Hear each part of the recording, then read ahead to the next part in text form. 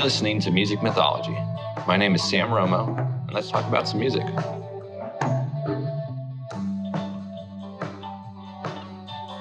What's happening, really? That's true. For you, there would be me. Yeah, or me. It would be him. Yeah. Or this show. So yeah, where would you like to start? No, you tell me. You want me to start? Sure. Way back whenever I started listening to music and knowing about it? Yeah, or wherever when you, well, I'll give a little intro here in a second. But after that, if you just want to start wherever you feel like you really started to pay attention to music, when you were younger. I would think of, when is your earliest memories of music? I know exactly what I want to say. Okay. Go ahead, the intro. Okay, awesome. All right, so we're sitting down. This is Sam Romo sitting down with my father and his father, my grandfather. So the original Sam, just by the way. Samuel Romo, Glasgow right. Romo. So today we're sitting down, just kind of discussing the legacy of our family and how we appreciate music and have incorporated it throughout all of our lives and our hobbies and passions and just how it's always been appreciated in our family. Where would you like to start, Papa? Well, I remember when I was a young boy, very young, 7, 8.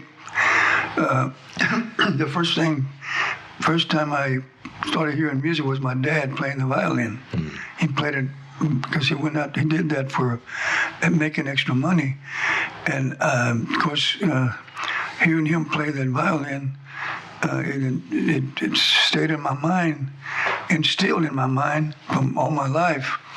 But back then, not only was his music, we didn't hear it very much because he would practice a little bit or rehearse by himself. Sometimes he'd have someone come over with a guitar and they'd play to get prepared for jobs. But me, then my brother David, when I got a little tiny older, maybe 14 or so, 13, my brother David had already started playing guitar.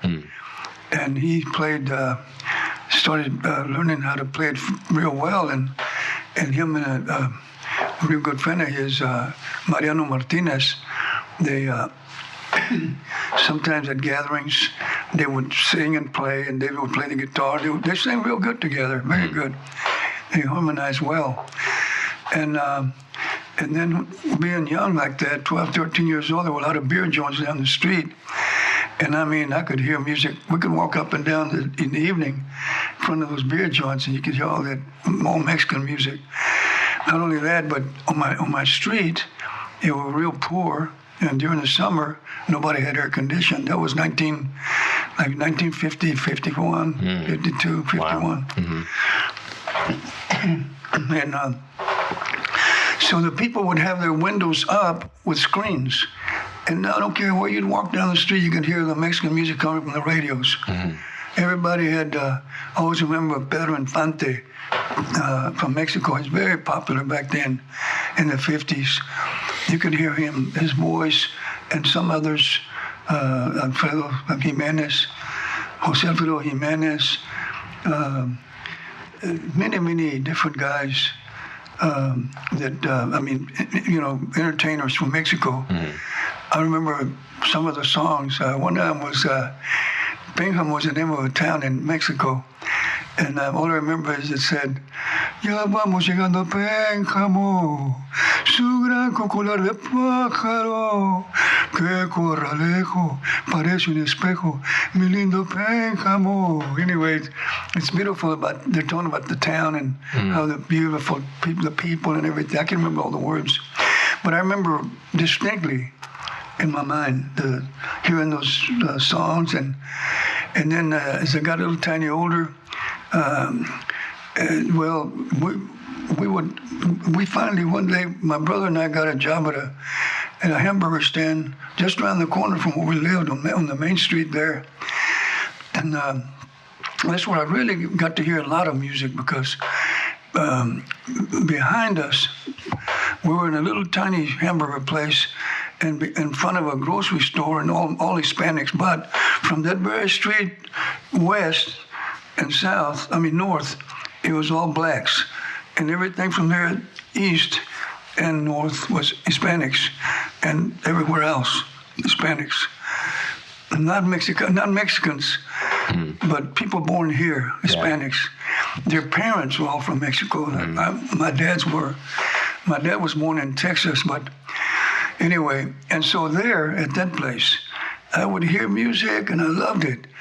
Behind us was, right behind that building, was a beer joint, a 2-story beer joint, and we could hear the music real well from back there. We had spent summertime. We had the door open in the back of the little Hamburger Stand. Mm-hmm. It was a wide door, and we always kept it open. We didn't have air condition, and so on Fridays and Saturdays, man, that's why I heard a lot of songs like James. What's his name? James Brown. James Brown, yeah. And Big Joe Turner, Fats Domino, man, you name it. All those old songs. And I learned some of them back then, and it was just so enjoyable to hear those songs. And some of them stuck with me. Well, a lot of them did. Ray Charles, and like "I Got a Woman." Yeah. I never forgot that song, the words, all of them, and because when I met your grandmother, then come back. I sang her that song the first night that I took her out. Really? Yeah, but anyway, so it was just an experience to be able to hear and appreciate those entertainers. And all through my teenage years, we always wanted to hear them. Mm-hmm. And I can remember riding in the car with friends, me 15, 16 years old, and they would be playing those songs, even the song I sang for your mom, Earth Angel, and all those songs, the Platters, and all the different groups, and that's all we did was listen to music. We thought, we enjoyed it. It was so enjoyable. Yeah. And so I didn't learn to play guitar until I was about 20. Oh, okay. Maybe 19, I started picking it up, trying to learn it. My dad wouldn't teach me. I would love for him to taught me the violin. Mm-hmm. And it disturbed me that he wouldn't even let me touch it. You see, he saw it as his money maker. I mean, to make money. So it's too much of a gamble. Yeah, and for me he was afraid I might damage it. And so he would never teach me anything about the violin. Oh, wow. I didn't hate him for it, but I didn't feel good about it. Not so much then, but I regretted that a little later that he never taught me. Sure. I would have loved to play the violin and learn how. Right. But then I kept hearing music and my dad, and when we started getting together, and I started playing the guitar a little bit. But back to those days when I would hear those songs, one of the songs that always stayed with me about James Brown, I keep forgetting. And it was the one where he says, please,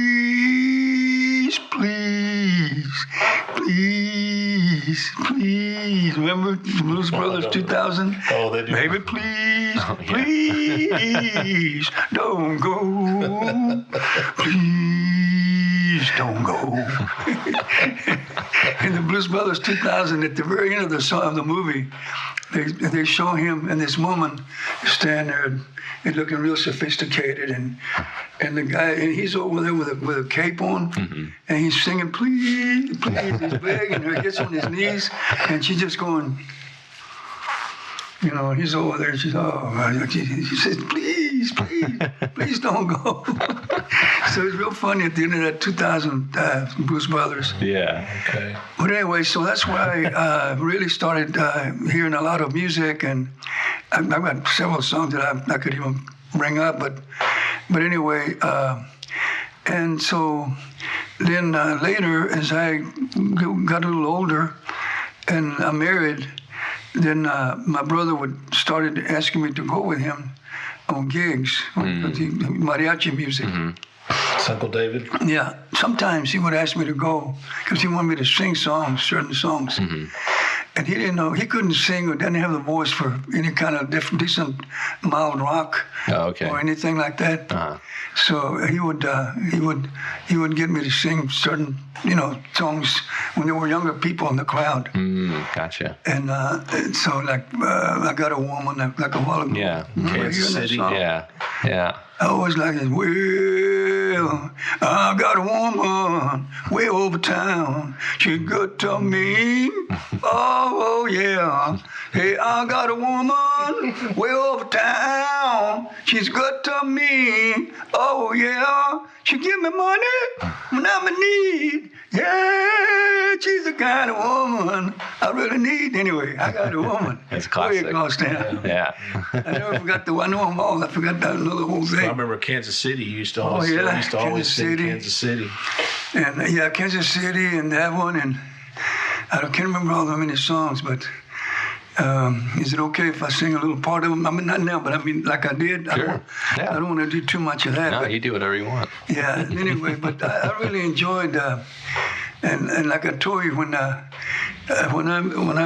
first time I met your mom, your grandma, and I already told y'all. I'm gonna take it back since you're on this thing here to when I first met her at that hamburger place. Right.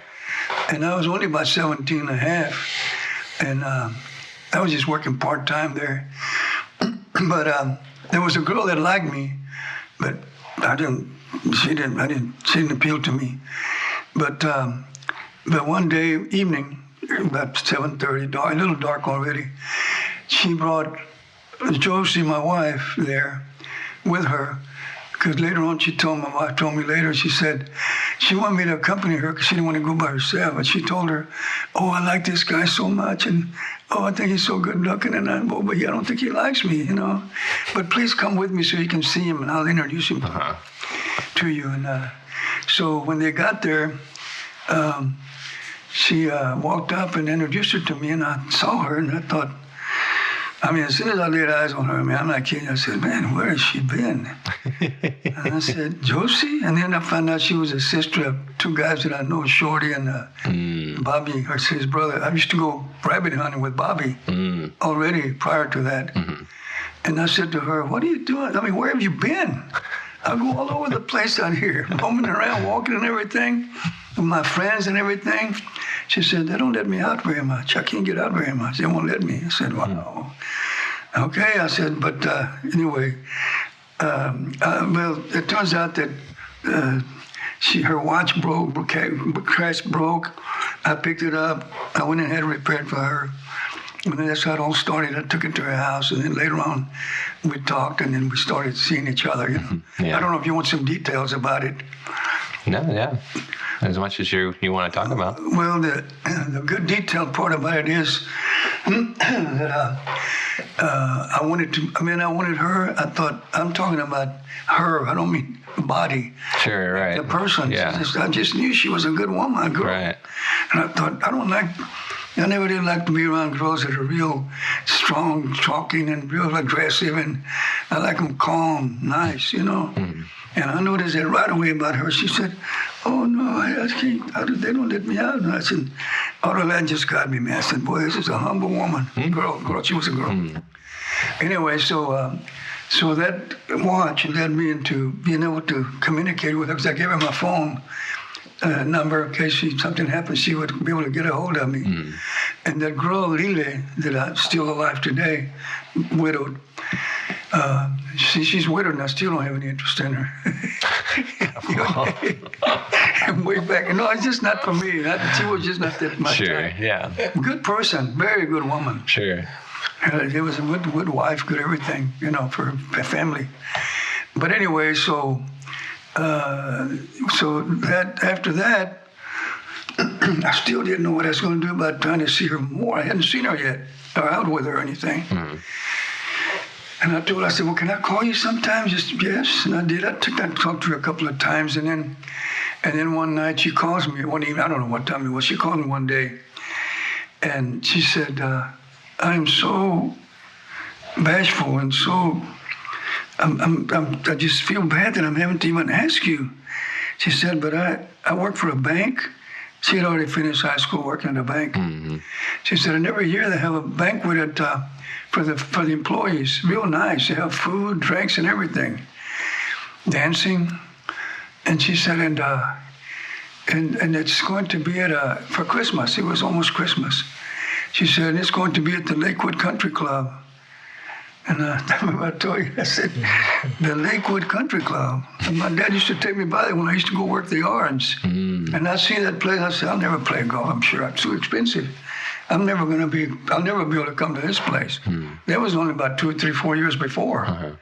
And I thought, she said, and well, I told Leela that I didn't have anyone to take me, and I wanted to go, and I didn't want to go alone. And she said, ask Sam. She knew me as Sam.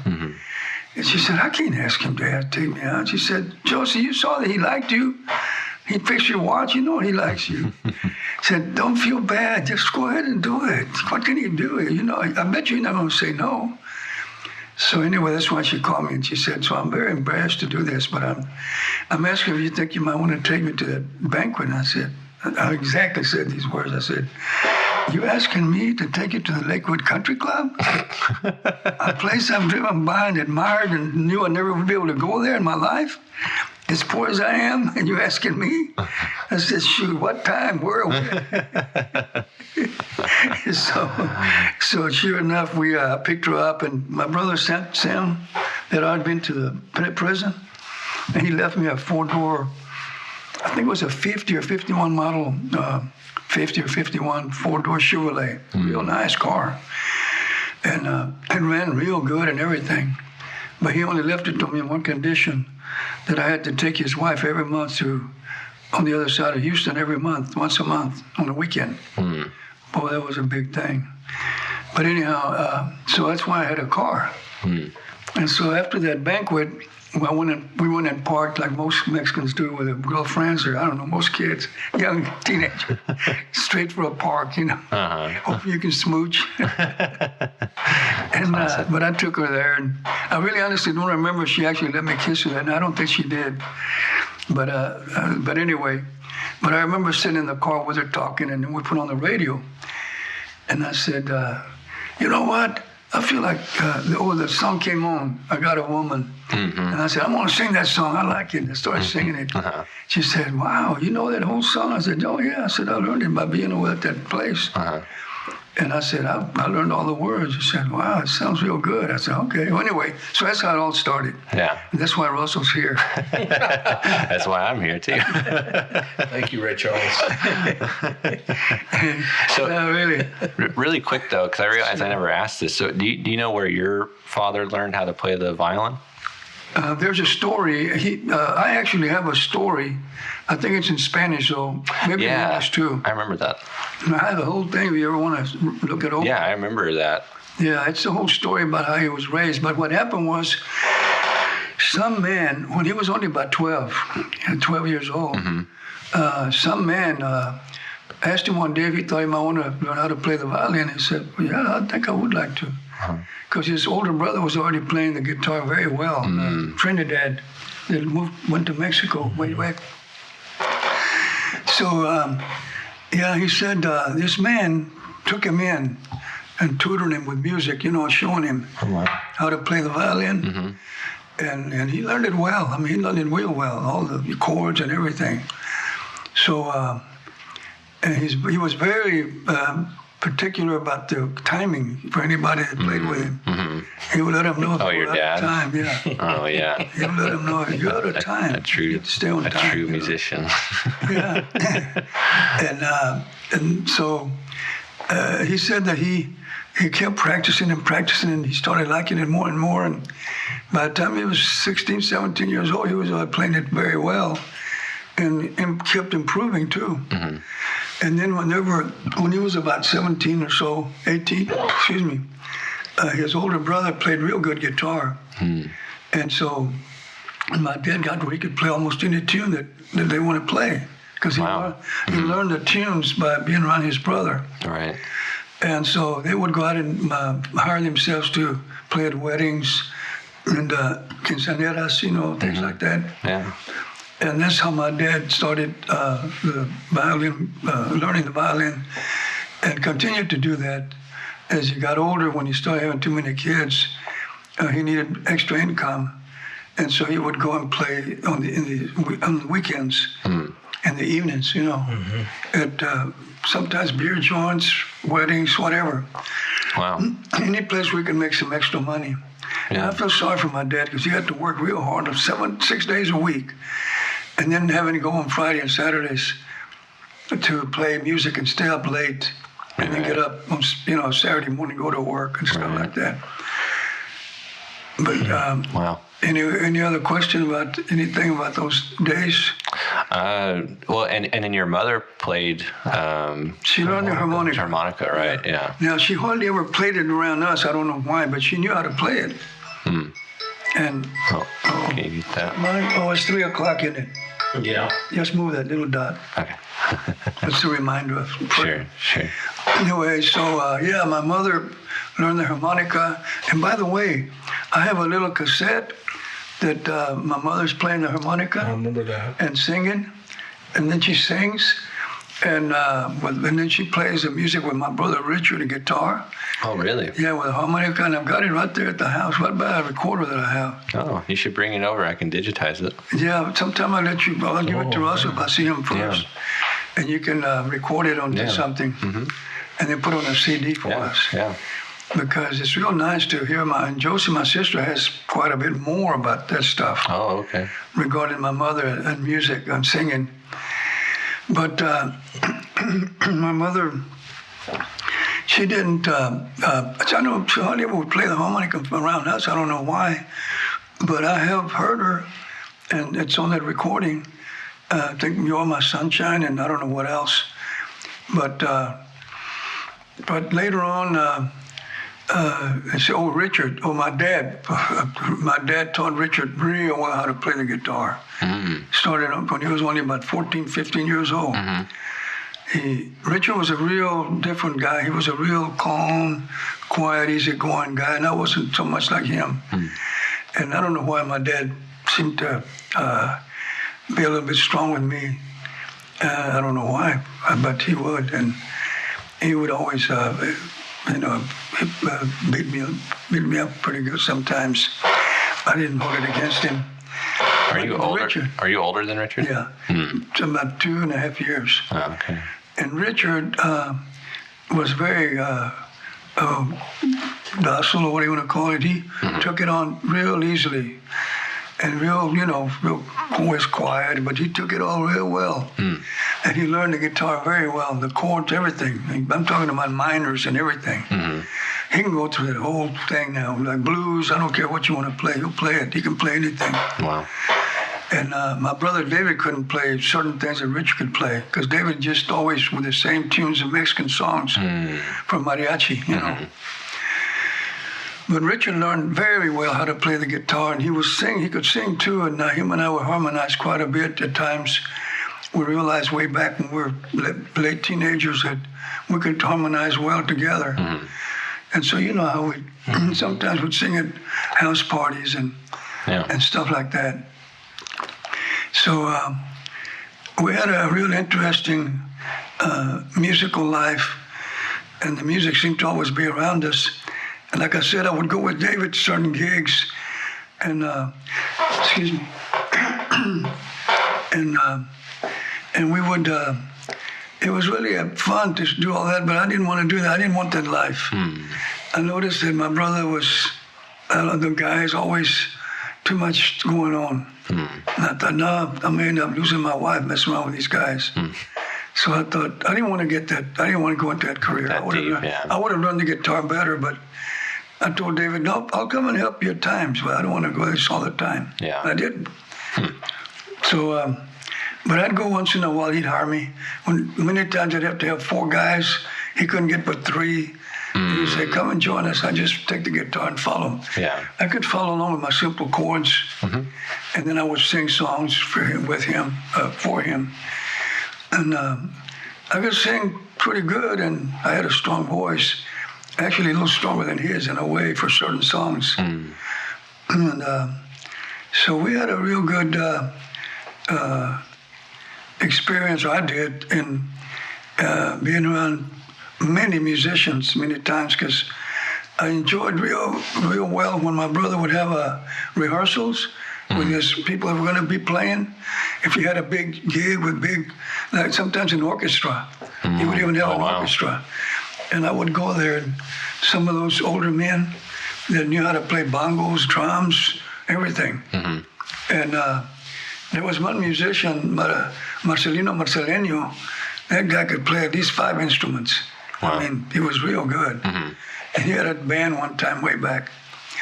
But I remember I loved to go there and sit in and just listen to all those guys playing all those instruments, just watching them. Yeah. It was real, nice, And sometimes David would record, but we would go to a recording studio. Oh, really? Yeah, and at least twice we did.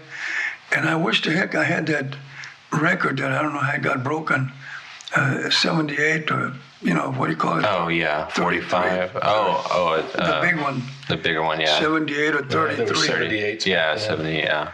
And 78, and so we recorded about 10 songs on that thing, and at least 3 of them I did, and I can't remember exactly what it was, but in Spanish, maybe 1 in English, but 3 of them. Anyway, so it was a real good, record, and I think that Ralph, I'm going to try to get him to let me have that. If he has it. Really? I'm pretty sure he has a copy of it. I could digitize that too. Yeah. I'll ask him, let me borrow That'd be it. crazy. That'd be awesome. Yeah, that's wild. I didn't know that y'all did that. He lives at, what's a little town? Oh, he lives in Mansfield. Over here, Mansfield? Yeah, Mansfield. Oh, okay. That's not very far from here. Yeah, no, not at all. Close. Yeah, sometime I could get him to tell you where he's at. He'd go pick it up. I'll tell for him. sure. Yeah. I'll ask him. It'd be very easy to translate that and just send it to everybody. Later on this evening when I get home, I'll call him and see if I can find him.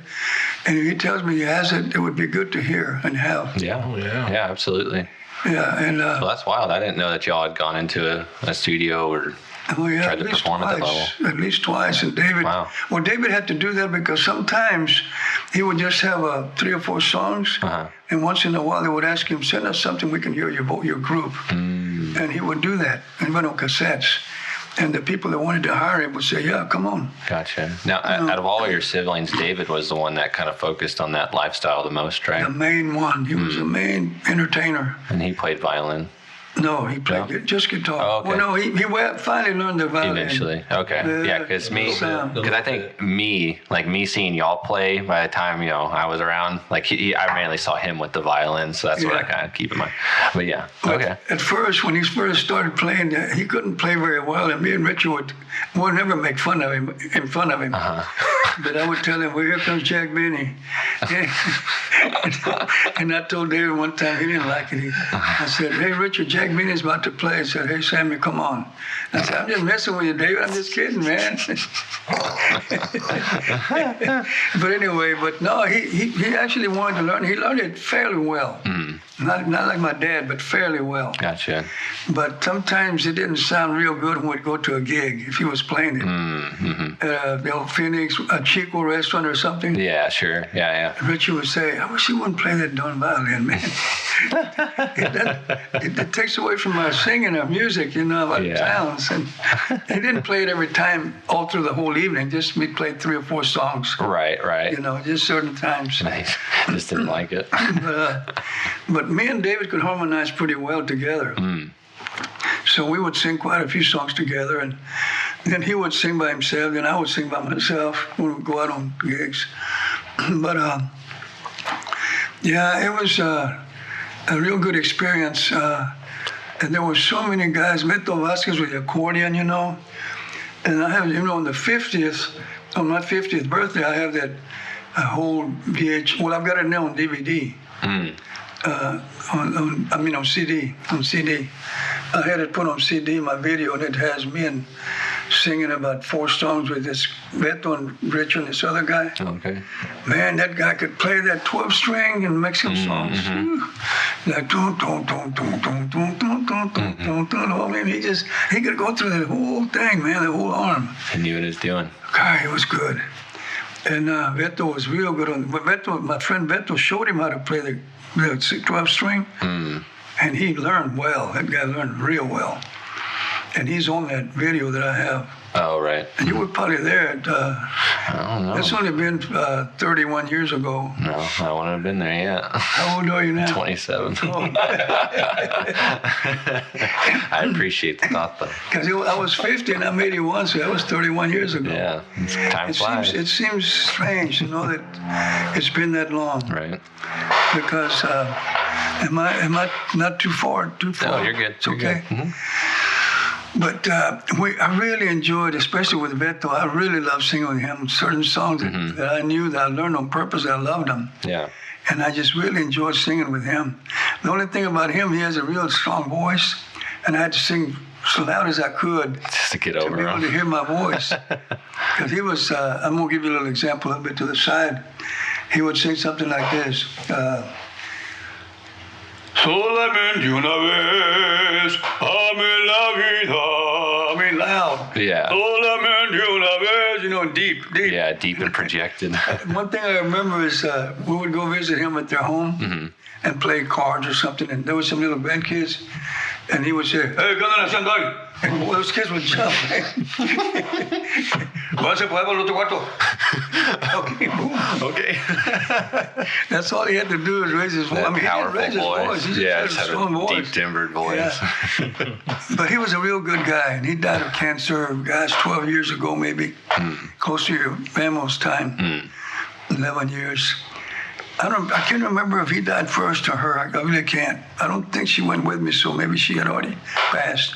Might have been 8 years ago. He played with you on and off throughout the decades. Well, way back then, not as much, but later on, yeah. Gotcha. But he would play for David. And by the way, my brother David also went into the movies a little bit, not as an actor. Well, he did. He was in an Academy Award-winning movie one time. What? Yeah. It was called Trip to Bountiful. A Trip to Bountiful. I always try to remember. I remember the lady's name the other days. She won the Academy Award. Geraldine Page. Geraldine Page. But What did he do in it? Or what was he played a role of a Mexican. It was, the setting was based around 45. Yeah. Okay. 1945, 46, 30, 42, 3. And it's a little old garage service station. Okay. With the pumps that have the glass container at the top. Oh, where you could see it. Yeah. That old style. Right. And he is right by the entry of the door to that little building. There was some boxes there, and he was sitting on those boxes right next to the box to the door.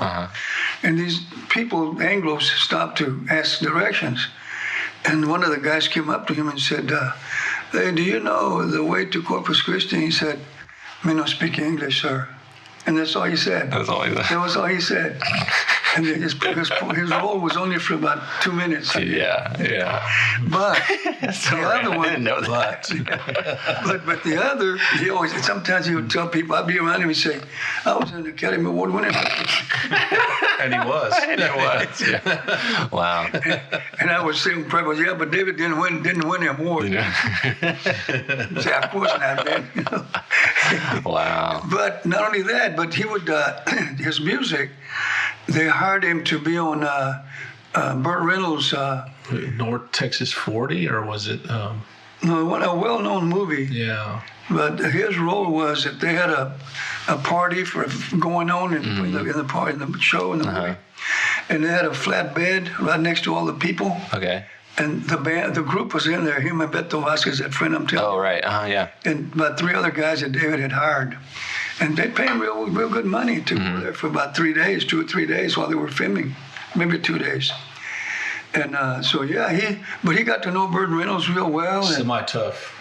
Semi-tough is it? Semi-tough, yeah. That's crazy. And then he was in another one with him too, I think. And then he was with George C. Scott. Yeah, George C. Scott. Yeah, I can't remember that movie. So is that all happening and David lived here in Texas? Oh, yeah, always. Oh, okay. Yeah, they filmed somewhere out in the outskirts somewhere. Yeah, in Las Colinas, I know they do a lot of places filming. like that. And out there close to where they filmed Dallas and stuff on the show. Wow. Did he have like an agent? Well, he joined an agency. Is that mine again? To take it off, whatever it is. Was it someone you know? I don't know. I don't care. I'll check it later. Mute it. Yeah, oh good. I had it where it wouldn't ring. It was not supposed to ring. Doesn't seem like it. Let me see. Hold on real quick. I'm going to make sure. Classic. Yeah, so in a sense, he was like a professional musician. I mean, they promoted him and his band, and that's how he got into movies and things like that. And he did commercials, and Papa did commercials with him. Oh, really?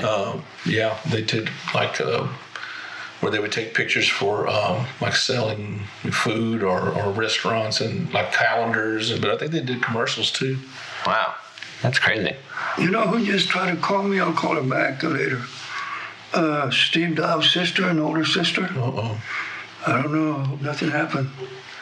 She never calls me. That may not be good. It just rang. You try to get it off, right? Yes, sir.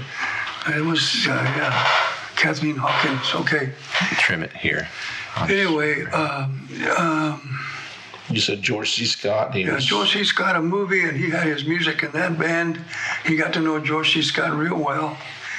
But David's music took him around pretty good. We used to talk about it, me and Richard and brother Sam, and say, he almost made it, man. He almost made it, Wow. I mean, to get further. Big, yeah.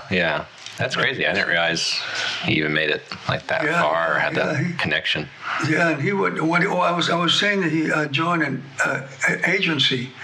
Oh, right. That hired people That's what I thought. for different things, for commercials and everything. Yeah.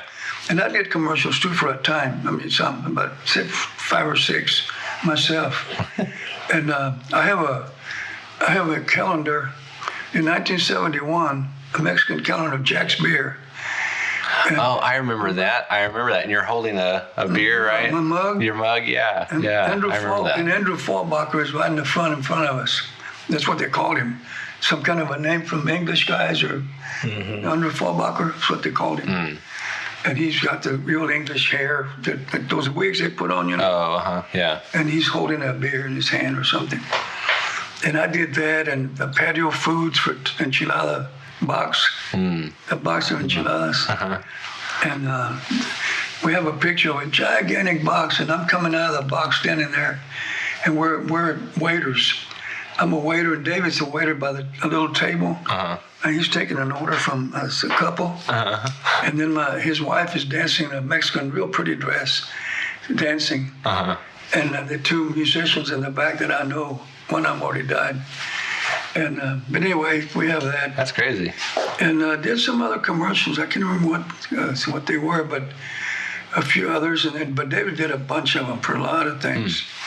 He made some good money from those commercials.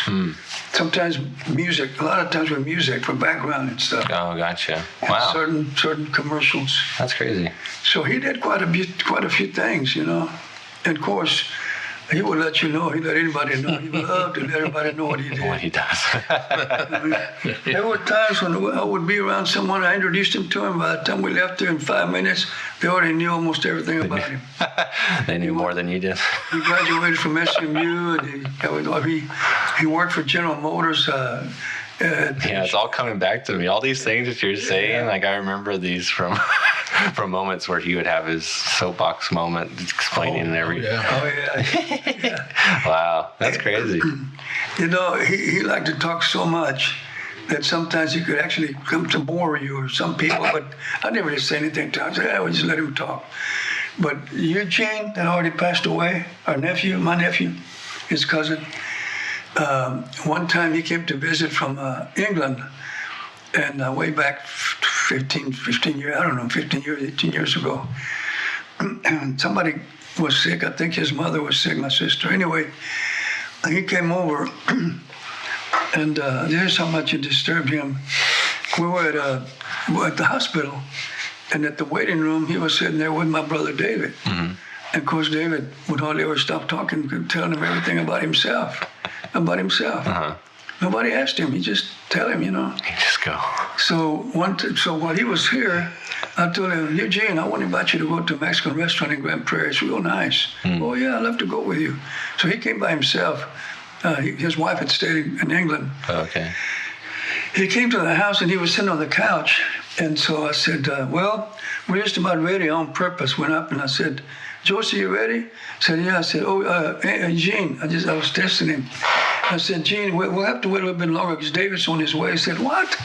Oh, no. He went like that. He said, David's coming? I said, oh, gosh, I'm sorry, man. He said, what? Go, God. And I said, I'm just kidding. Wow. He said, oh, I'm sorry. He said, I'm sorry, but, man, Uncle David, man, he'll just run your ears off. He everything, he talks about everything about himself, everything about him, everything. Yeah. And nobody could put anything in there. Anyway, that's exactly Classic happened. David. That really happened. Yeah, But I knew how he was, so I didn't pay attention to him. Well, it's your brother. Yeah. You got a different kind of callous to that. I did tell him one time, in the nursing home, I said, David, I just want you to know something. You tell everything you ever did, even your sins and your problems and everything. I said, David, you're an open book, man. I'm not an open book about those things. Those things are none of that business. Nobody's business, whatever happened to me in my life. Only what I want to share. Sure. I said, but you're open like an open book, man. He said, oh, I know, man. I talk too much. I said, it's a Romo thing. It is. It's a Romo. I've been accused of it. I'm a talk show host now. We're all talkers. So He's not the problem. Yeah, entertainers, preachers, talkers. We're all talkers. Yeah. I think you might take a break really quick. Yeah, let's break. Okay. Yeah, let's take a break. But yeah, that's very interesting about David. I didn't know all that. So what about the like the 60s and 70s when music started to get a little bit more experimental and out there? Okay, well, I'll tell you this. I never did like real crazy rock, real hippie rock. I never did that. Now, what was the guitar black guy that died of drugs? Hendrix. I didn't even pay attention to him. I didn't like him. Not him, his music. I didn't care for it. Until finally later on, I started watching him a little. I said, oh, wow, that guy can play the guitar. Yeah, he really could play the guitar. Right, backwards. He could sing, but his guitar was mainly his main tool. Primarily. But back in I'm going to say right around the early 60s especially, mid-60s, I'd say more like early to mid-60s, sometime before the Beatles came up, soon after,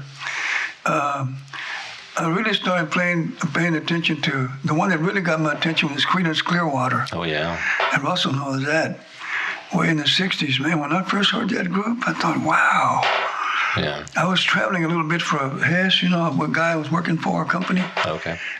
Selling products. Traveling salesman. The awards things. Gotcha.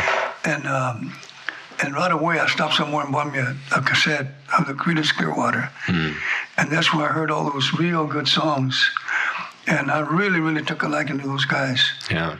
And especially Midnight Special and, I can't remember. Down Around the Corner. Yeah.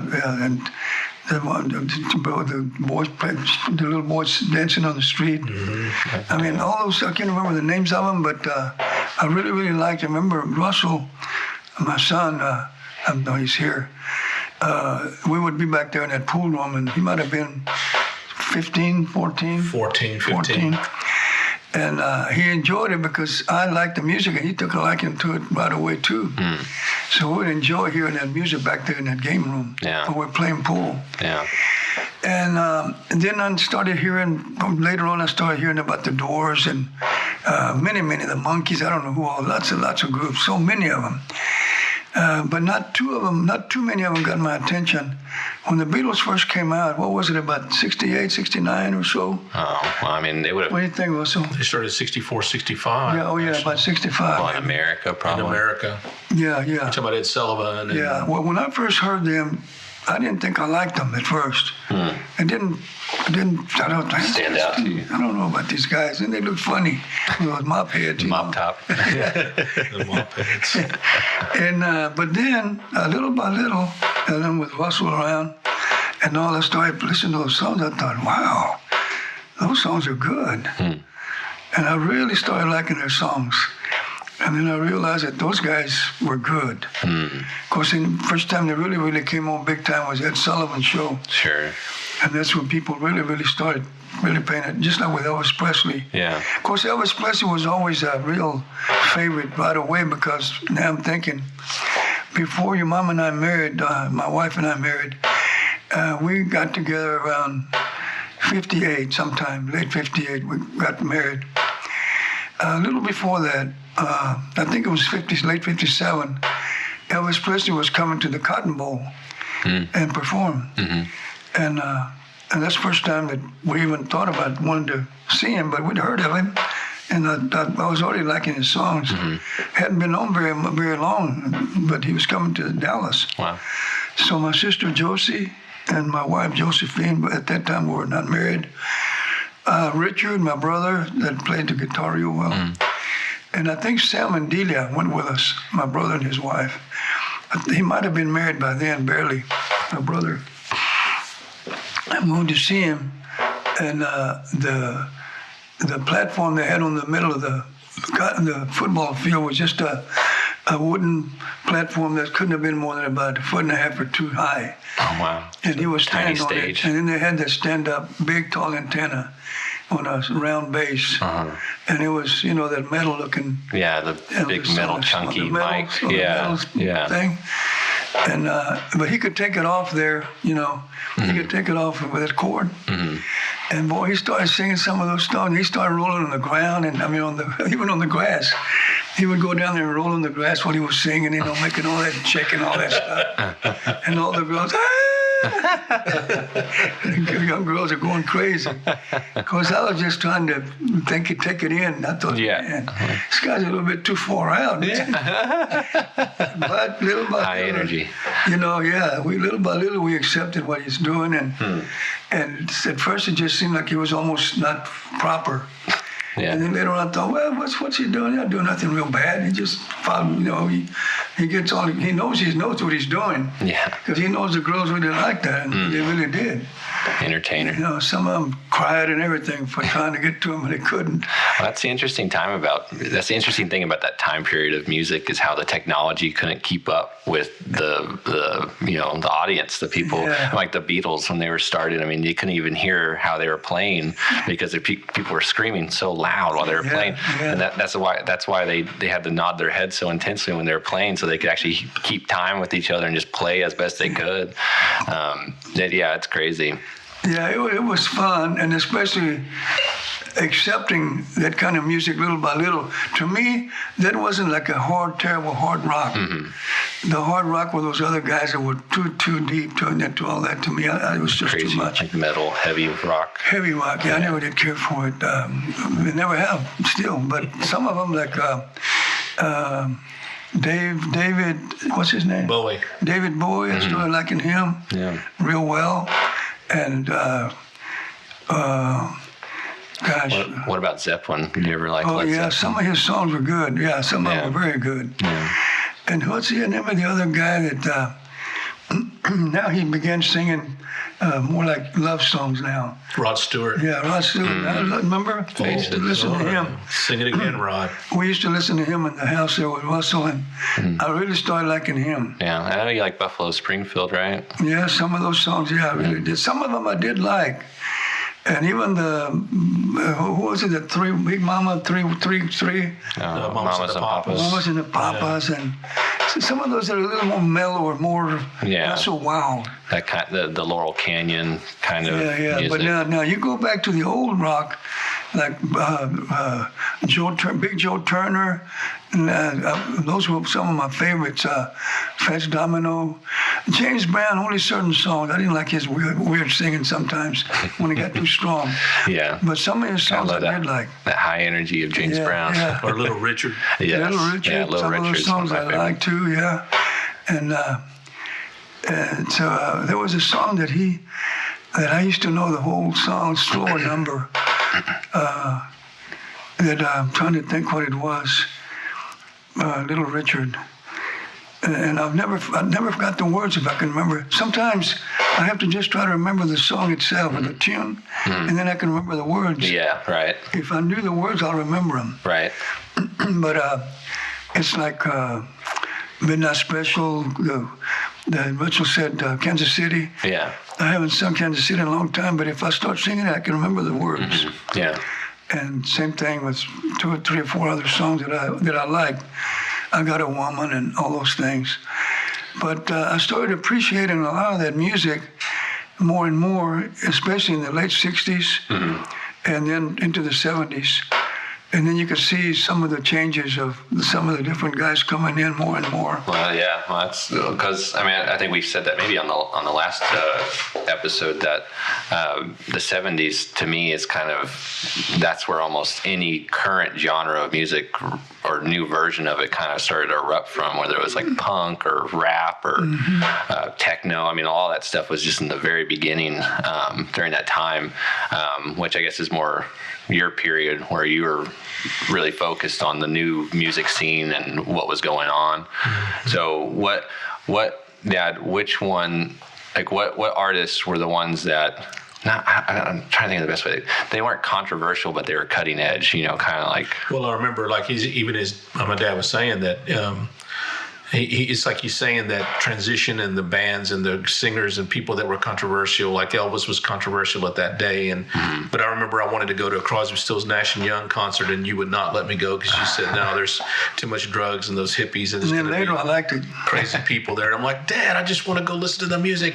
And Alice Cooper, you couldn't stand Alice Cooper, but that was part of the reason why I liked it, because it was offensive. So, I mean, I was liking some of the music he didn't like, which is generational thing, right? But at the same time, now I see that I had a lot of music in me. I had an appreciation for music, and I grew up around music, and I like to listen to music. And so, even though I didn't play an instrument, I definitely can't sing worth a flip. But mention that I did take you to concerts. Oh yeah, we'd go to concerts. He took me to see Al Green in Chicago. Oh wow, really? I mean, and Al Green was the opening act for Chicago, and this was the first tour of the first Chicago album. Oh, wow. And Al Green was the opener? Al Green was the opening. I remember that he was dressed in that white suit, and he had a big vase full of roses, and he was throwing them at the women, and they were going crazy. He was really good. Wow, that's crazy. Yeah, we didn't even know who he was, really. I mean, I don't think, but oh my gosh. When was that? That would have been 70s, early 70s. And what about the guy that sang, I wake up in the morning, well, because walk up, hair down on my face, and I say hi. If that's not loving me, then that's not loving me. Then Otis, I have to say, is it not Wilson Pickett? God didn't make Otis Redding, Wilson Pickett. God didn't make little green apples, and I think. But we went to concerts. He did take me to some concerts. But didn't Al Green pass away like shortly after? No. Green's still alive. Oh, wait, who am I thinking? He's a Christian now. Who am I thinking? Russell, he became a Christian. Yeah. But let me tell you, that guy that sang that song. One time we went to see him somewhere, and I don't know. We went to a restaurant right after, just by chance. We met him. Yeah, it was me and Russell. Myself and my wife, and Richard, my brother, and his wife Nancy, and we were sitting by O.C. Smith. O.C. Smith, exactly. Yeah, and he was good, and we were sitting like at a table here next to a railing, and the little passageway to the bathroom, and O.C. Smith was coming out. Well, I saw him in the bathroom. I remember. I went to the bathroom, and I came back and told Richard and Nancy and Josie. I said, guess what? I just had a conversation with O.C. Smith. He said, oh, come on. He said, he was in the bathroom. I started talking to him. I saw him. I said, hey, man, I really like your, I told him I liked his music and his singing and everything. He said, thank you and all. And I said, I did, man. I said, oh, really? And I said, yeah. Well, he started coming back down. I said, hey, O.C. And he stopped me. I said, did I just talk to you in the bathroom? Yeah, man, we sure did. Just to confirm to them that they believe me, but I want them to hear it. Sure, yeah. Since he was coming right by. So I can remember all the different ones. Well, you knew Sam the Sham, right? Sam the Sham. We met Sam the Sham, Wooly Bully and Little Red. Oh, yeah. And so we saw him at the fair, I think, one time. No, we saw him at the football game. Cowboy game, but it was at the fair. It was at the State Fair where the Cowboy used to play at the State Fair. At the Cotton Bowl. Yeah. Back then, it was the Cotton Bowl. Okay, I think. So we met Sam the Sham. We met Charlie Pride, the country western singer who just passed away. But remember, Sam the Sham invited us to go to his house in Irving. Oh, I remember remember we saw the gold records. He had the gold records for Wooly Bully and Little Red Riding Hood. And the reason I knew him, though, is because I was a supervisor in a little warehouse, and I was over the guys there, and he came to work there. And he was working under me, and he hadn't quite got famous. Well, he hadn't gotten famous yet, but he was working on his music. Busking, and all that. Still moving. And he told us, "Hey man, I'm playing. We have a band, all that stuff." Well, we never thought he was going to get famous. That was probably around 1965, 63. Yeah. Sham and the Pharaohs. 64, 63, maybe 62. Wow, that's crazy. And so I knew him. And that's how I knew him. He worked there for a couple of 3 months, and he went on doing something else.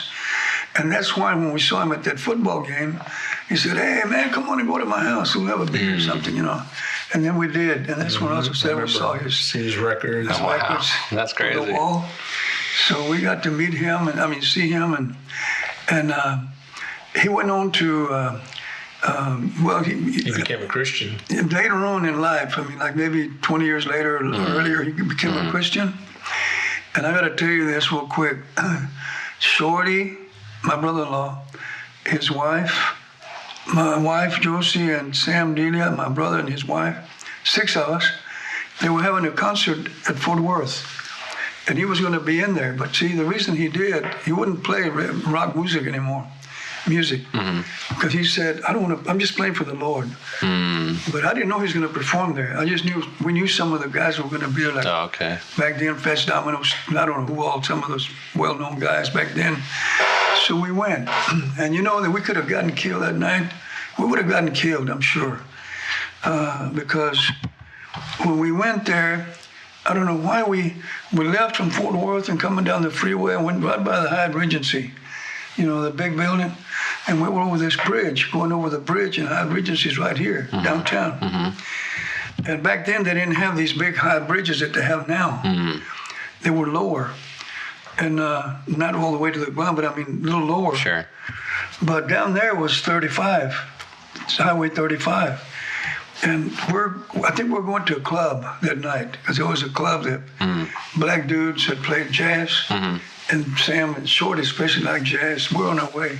That's where we're going, I'm sure. Otherwise, we would have been going that way after the concert. So here we're going, and I'm not kidding you. I'm driving, and all of a sudden, you've seen those huge trailers, flat trailers, that are behind big trucks sometimes, or big vehicles, and they have a real long steel tongue. It might be 8 foot long or more, and 10 feet probably. You know, just a real long metal steel tongue, and the wheels are 8 wheels. Two, and two, and it's a big, huge trailer, all made out of steel. Okay. And it's probably about this tall. Maybe this tall with those wheels. And it's wide as probably about this wide as this. And we're going along like this, and I'm telling you, if we'd have gotten there about another second or so later, that trailer just went, shoo. Right in front of us, shoo, like that. And what happened, it came loose from a big rig or whatever it was down there. Yeah. And it was going so fast, it just came up real fast, and it hit just like that. And if just count one and that one. Yeah, if you're ahead, yeah. It would have just gone right into our car. I'm sure it would all be gotten killed. Watch out. I would have gotten killed. It was so big and strong and heavy. And so we just realized right then, I said, we could have gotten killed another second or so. That we had a little bit in there, it would have happened. So we had that experience. It was terrible. But you get over it, then you go party already again. Well, let's go back to that. I remember when you were doing some traveling like that, and you were listening to Creedence, but at the same time you would bring back 8 tracks, and you would let me and Libby, we would lay in the front of the cars back then when the front end of cars were as long as couches, and you could, we'd lay out there and just turn the car on and put an 8-track in there and listen to it. Because I remember listening to the Diana Ross and the Supremes and the Temptations and Motown and Stevie Wonder, because you like Motown too. And you would bring your 8-tracks back, and we would listen to them in the car. We didn't know what they were at the time, but that's where I got my love for Motown and hearing all those groups singing, and And we would just stay out there for a long time, just listening to music. Plus, we grew up. They would take us to music to shows, Don Ho, which was kind of a pop, You got to see Don Ho? Yeah. You took us to see Don Ho. I'm almost positive you did. I don't remember. I know we did in Las Vegas. But we used to listen to Don Ho. We used to listen to a lot of the people that they liked. We would listen to them, of course. But you would listen to a lot of different music. You would listen to country and pop and some or like you said, the early rock and some of the soul. And so we would get a mixture of a lot of different music. And and I look at that now and I think, okay, I never played an instrument, but I love music and I love to listen to music and I love to listen, hear it, think about it. How are they making it? And, who's singing and who's doing this and who's doing that. And so, I would, remember that when I was back in the pool room, I would listen to records for a long time, just listen to music and record music that I would record from the TV if they were playing on a television show, or make my own little cassettes. I would make my own little mixes. My mixes, yeah. And so I realized that a lot of that has to do with you liked music and you listened to music, and so in some ways I already had an ear for it. I just didn't understand what necessarily was my thing, but I just loved to listen to it. I remember, in fact, the early Looney Tunes cartoons, they would always play classical music. That was the background music for the cartoons. And so I'd say, wow, that's a great piece of music. I like that. And then I found out it was Mozart or Beethoven or Tchaikovsky or something like that.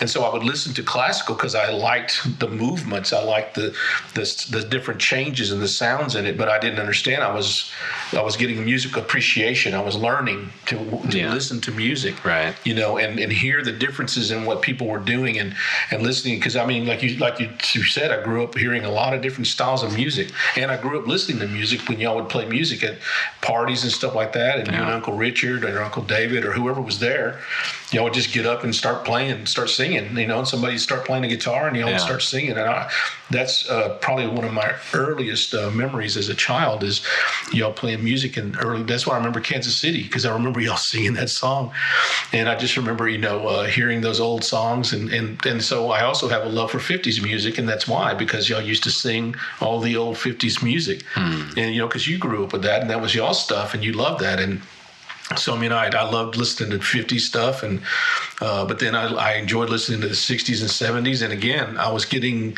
you didn't realize it, but you were getting me into it because you were listening to those songs, and I was listening to them. So I listened to that, and then I jumped off into the 70s, like you said, where things got weird. But I'm like, you know what? I kind of like that, So I would play that music, and sometimes you'd say, well, I don't like that music, and sometimes you're like, what is that? I like that, and so we'd be playing. That's kind of the 70s, right? Yeah, we'd be playing pool, and we would listen to the same music. We'd listen to Creedence Clearwater. Or one thing that I remember about Russell is that he started buying albums. I thought, man, what's he want to accumulate so many? I thought the Beatles. You might buy the Beatles at first, Yeah. And he had good albums, and the 78s or whatever, 33s, whatever they call it. Yeah. And so then, little by little, he started accumulating Rod Stewart, and I don't know all kind of other name brands, known guys. And but then later on, he got rid of them, and he knows he did. He's sorry he did. But I was thinking about the Hawaiian guy again. Don Ho. Yeah, what was his song? We used to sing in the Tiny car. Bubbles. Tiny bubbles. Yeah. Wow, I haven't thought of that song in a long time. Makes me happy. Makes me feel fine. Tiny bubbles. Makes me warm all over. Like the feeling when you're gonna. Like the feeling when you're gonna. I'm gonna love you for all like time. A feeling, well, I'm gonna love you for the end of time. So here's to the golden moon, and here's to the golden sea. But mostly here's a toast for you and me. It's a big song. Tiny bubble. Anyway, when we went to Las Vegas for the first time, my wife and I, that had to be like 68, 69. And for the first time, And when we saw that he was going to be there, we wanted to see him, and we did. And that stage was real wide, and he had hula girls all the way across dancing. Oh, wow. All the way. And he was right in the middle in front singing all those songs. The people really, really liked him. We did too. And then we saw Eddie Fisher. There was, I think back then he was married to Debbie Reynolds at that time, not to Elizabeth Taylor yet. And then we saw a name on one of those show things. And I told you, Mom, I said, I don't know who that guy is. You want to go? And say, we don't know who he is. And I wish we had gone. He was Humperdinck. Engelbert Humperdinck. We saw, I said, what kind of a crazy What kind of name is that? Engelbert Humperdinck. I said, shucks. Well, later on, we thought, I wish we had seen him. Because he turned out to be so popular. He was big in that period of time. But here's a little add to the Don Ho stories that when Joanna was in high school and her class or whatever. Joanna is my sister. Yeah, Joanna is Russell's sister, my daughter, and Papa's granddaughter. They went to Hawaii. And when they were there and they were on the beach, it happened to be the day that Don Ho's ashes were scattered and thrown into the ocean. Wow. So she got to see it. That's crazy. I remember hearing that. So I thought that is really cool. That's crazy. And then so what are... I know you told me some, but I want you to, because there might be some I don't know about. What are some of the concerts that you went to? Well, gosh. I know you told me about Springsteen at one point. Springsteen, Kiss, Bob Seger, The Who, Linda Ronstadt, Jackson Brown. Where did you see The Who at? In Dallas. All these would have been Dallas. Okay. Dallas Convention Center, the Memorial Convention. I think it was a Memorial. There was and we used to go to the McFarland, which was on SMU campus grounds. Oh, okay. They would a lot of times they would come to some of the smaller concert venues in the colleges, or there was a couple of different concert venues back then, but. And so there was a couple, like my dad said, I mean, he took me to see Chicago and Al Green. There was something else you and I went to see. You told me, because I think I forgot. We went. But did you see any concerts when you were in the Navy? Yes, I did. I saw McCartney. Yeah, because you saw McCartney on his last Wings tour, right? I don't know about that, but it was in Glasgow. I saw him in Glasgow at the Apollo, which is where it's the big famous concert hall in England. Where, and you got to see him. And you got to see him sing Mull Kintyre to the audience. I saw several bands there. And then when I was stationed in Washington, D.C., I saw bands in D.C. and in Philadelphia. I would go to Philadelphia sometimes to see some of the bands that were touring. I went to a lot of concerts. And you were in the Navy when Lennon died, right? Yeah. I was standing at a taxi stop. He died back then? Yeah, 80. It was 1980. December there was a little old Scottish man. I just walked up to catch a taxi or a bus, and he says, "Hey, Yank, did you hear they killed John Lennon?" I said, you don't know what you're talking about. He goes, I do know what I'm talking about. He says, he's dead. And I was, He's like, oh, whatever. We're yelling at each other. And he was right. What year was that? That was 80. Yeah, because you said you went into a bar afterwards and everybody was talking about it and circled around the TV. Yeah, but that was the old Scottish man told me, he goes, did you hear?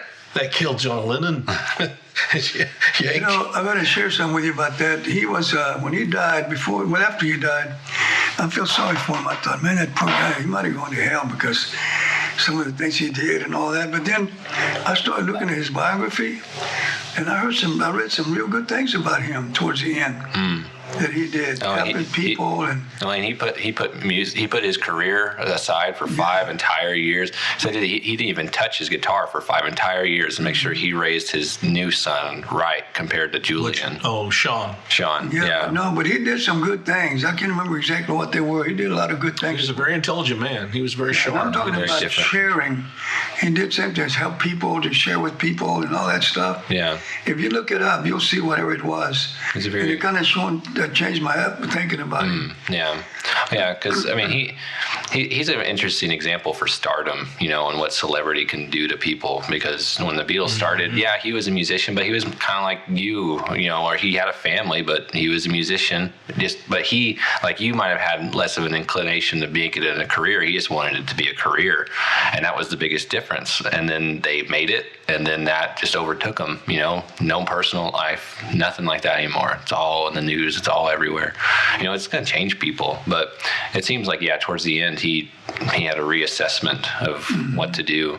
And it's interesting because their last album, Double Fantasy, after he didn't touch music for 5 years, it was easier for him to make music because he had just taken the time off. But it's interesting. Very interesting person. What did you do Imagine? Was it towards the end? No, that was 1970. 70s. Yeah, that was the beginning of his solo career. So, he had an interesting flow because, in interviews, you kind of, from the people that really knew him, he was just such a vibrant, open person that kind of, if he got into the wrong crowd, he became a different person. Yeah, he was dark. He could be dark and very violent, very abusive. Yeah, but it was, he had a troubled background and stuff, but he's just a very interesting person. But he, just like Elvis and all those early rock, heroes, is just like that career takes a toll on you, and it changes you. Mm-hmm. Yeah, the demand. Yeah. Well, I remember a side is that you and me were in the front room, I actually remember, of the house that you're still in, 411 Cliffdale. And the Beatles had broken up. They had just announced it, and we just happened to be watching the TV, and they were doing like a little mini documentary or video, and they were playing. I think it was The Long and Winding Road. I'm pretty sure it was something from Let It Be. And you and I were standing there, talking about it, and I remember it actually was. I remember kind of got a little emotional because I thought, man, the Beatles are done. They're gone because Carvajal's, the Domingo Carvajal, a good friend of my dad's, and we grew up around them, and they had a lot of kids. And I remember two of their older kids were insane Beatle fans. I mean, they had Beatles stuff all over this room. I mean, it was like Beatlemania. I mean, they had even gotten one of those nice pieces of wood and had it shellacked, put pictures on it, and then had it shellacked over and hung it up like a real nice, like a monument. And they had rec album covers and pictures, and I mean, it was like this whole room was covered. The wall. I remember going in there and they were just, all they did was talk about the Beatles. They were just obsessed with the Beatles. They were probably, how in the world did he start being able to sing like Elvis? I don't know. It's really amazing. One of those guys is able to sing, and he looks like Elvis. The older one, the other one died. The younger one died. He's an Elvis impersonator. Oh, I know him. Yeah, you've seen it. But he was at my party. So that was the kid. He was one. Gotcha. Okay. So how it was. You go to someone's house, and the older kids, wow, they're the cooler kids, and they understand stuff. They didn't understand nothing. They just were hooked on the Beatles, and they were. But I remember how just intense Beatles for them was everything. I mean, they were like, that's no, you don't understand. I mean, they're talking, so the White Album, I mean, they were like all raving over the lyrics. What does it mean? What does all this mean? And Glass Onion, and what are they talking about? And what's, that's so funny. And so I remember them, I'm like, wow, that's really intense. But I mean, I liked the Beatles at that time, just like most kids did at that. I was in my, I guess, 10, 11, 12 period, something like that, 12, 13. Yeah. But I remember when they broke up, and you and I were in the front room, and we were just looking at the news, and I remember thinking, oh man, it's kind of weird. But then you move forward, like you said, and then John Lennon. I was, in the Navy when Lennon passed away, and. But do you know that Mingo Carvajal, the guy that we're talking about, that's all he's ever done for a living? They might have had a different job way back, but for many, many years, that's all he's made a living from. Elvis. As an Elvis impersonator. Performing in restaurants, clubs. He's got the hair. And and he's got the voice. I have to admit that he's pretty close. To the sound. Tejano. Yeah. Tejano Elvis. No, when I hear him sing and you close your eyes, sometimes you say. He's got the tone and the impersonation. The tone. But see, that's interesting, isn't it? Because it shows you the power of music and of someone iconic like Elvis, that someone who can imitate him, people will pay to listen to someone sing him. You know what I mean? And that's really a testimony to, Elvis had a great voice. I mean, he did. He really did have a voice. Don't think that's controversial to say. Not now. I mean, that's before all the shaking and all that stuff, you know.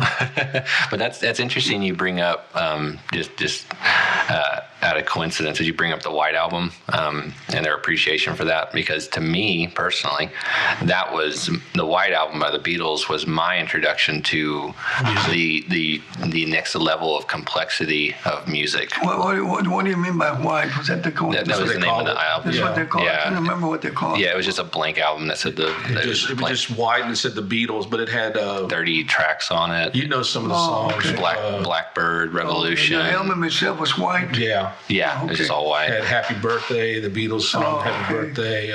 But it was just a big compilation of their work at the time, because they were kind of at creative differences, but they were making a lot of music, sometimes with not all together, but just a few of them or just one of them. And they had already made Apple Records themselves, so that was their first production as well. Let's just get out this project of all this work we've done recently. But to me, I don't remember what year this would have been. I had to have been like 12, 13, so maybe like 2010, I guess. No, before that. Like way before that. 2007. Mm-hmm. It was when they started re-releasing they started re-releasing the remasters of the Beatles albums, and they were doing like these special CD sets, and you only bought one of them. It was the White Album one, and at that point, like we didn't listen to too much secular music, but the Beatles were always around. But it was like their hits, I Want to Hold Your Hand, I Feel Fine, that kind of stuff, and so all my life at that point, I was like the Beatles, happy bop music, rock. Cool, good stuff. And we watched Help, the movie, which is all goofy and funny, and so that was my idea of the Beatles. And so as I'm approaching getting out of my adolescence into being a teenager, then you buy the White Album, which was my first introduction to the White Album, but also kind of my introduction to an album, because it was radio or it was like what was on TV. I didn't have a CD. I didn't have a vinyl, because I'm at this period where mid 2000s, music's on iTunes now. It's on CDs they're still popular, but iTunes and iPod that's what you want. So to me, it was radio. Radio was how I knew music and whatever y'all played. Mm-hmm. And so when I heard the White Album, I didn't know what to think of it, because it was so much. There was so much variety, and there were story songs. There were dark, heavy rock. There was blues. There was orchestra things. Story led. Southern rock song. It was all over the place. But this was the Beatles. Yeah, I was like, but this is the Beatles. Revolution. It was just all over the place. I'm like, what is this thing going on? And that's where I started to. Because I remember having the conversation with you, like listening to. I don't remember what song it was, but we were listening to some. I think it was a Chicago song actually. But we were listening to one song around that time period. I remember telling you, like as a little kid, like I like it when the song changes how it sounds, like midway through, and you're like, oh yeah, the tempo change, that's changed. Like when it happens in music, you'll see that's very satisfying. And I'm like, okay. and then but listening to the White Album, it was just my first introduction to like a work of an artist. It wasn't just a single that made it through the circuit and got to the pop charts. It's like, this is, if you appreciate the artist, you're listening to the album, and this coming from a generation where when you wanted to buy music, you didn't buy the whole thing. Song. Yeah, you could buy one song. So the single, that habit kept out throughout the generations. But if you didn't want to go after an artist, you didn't have to. But it was easier for my generation. But you didn't have to if you didn't want to. And so you introducing that album to me.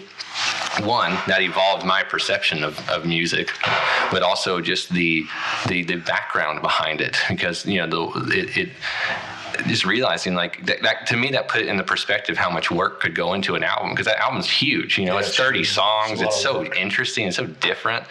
And so to me, I mean, that was huge. And then as I continue to listen to music, I would use that massive variety example as my example against anything else of like, this doesn't change enough. This sounds just like that. That's not entertaining.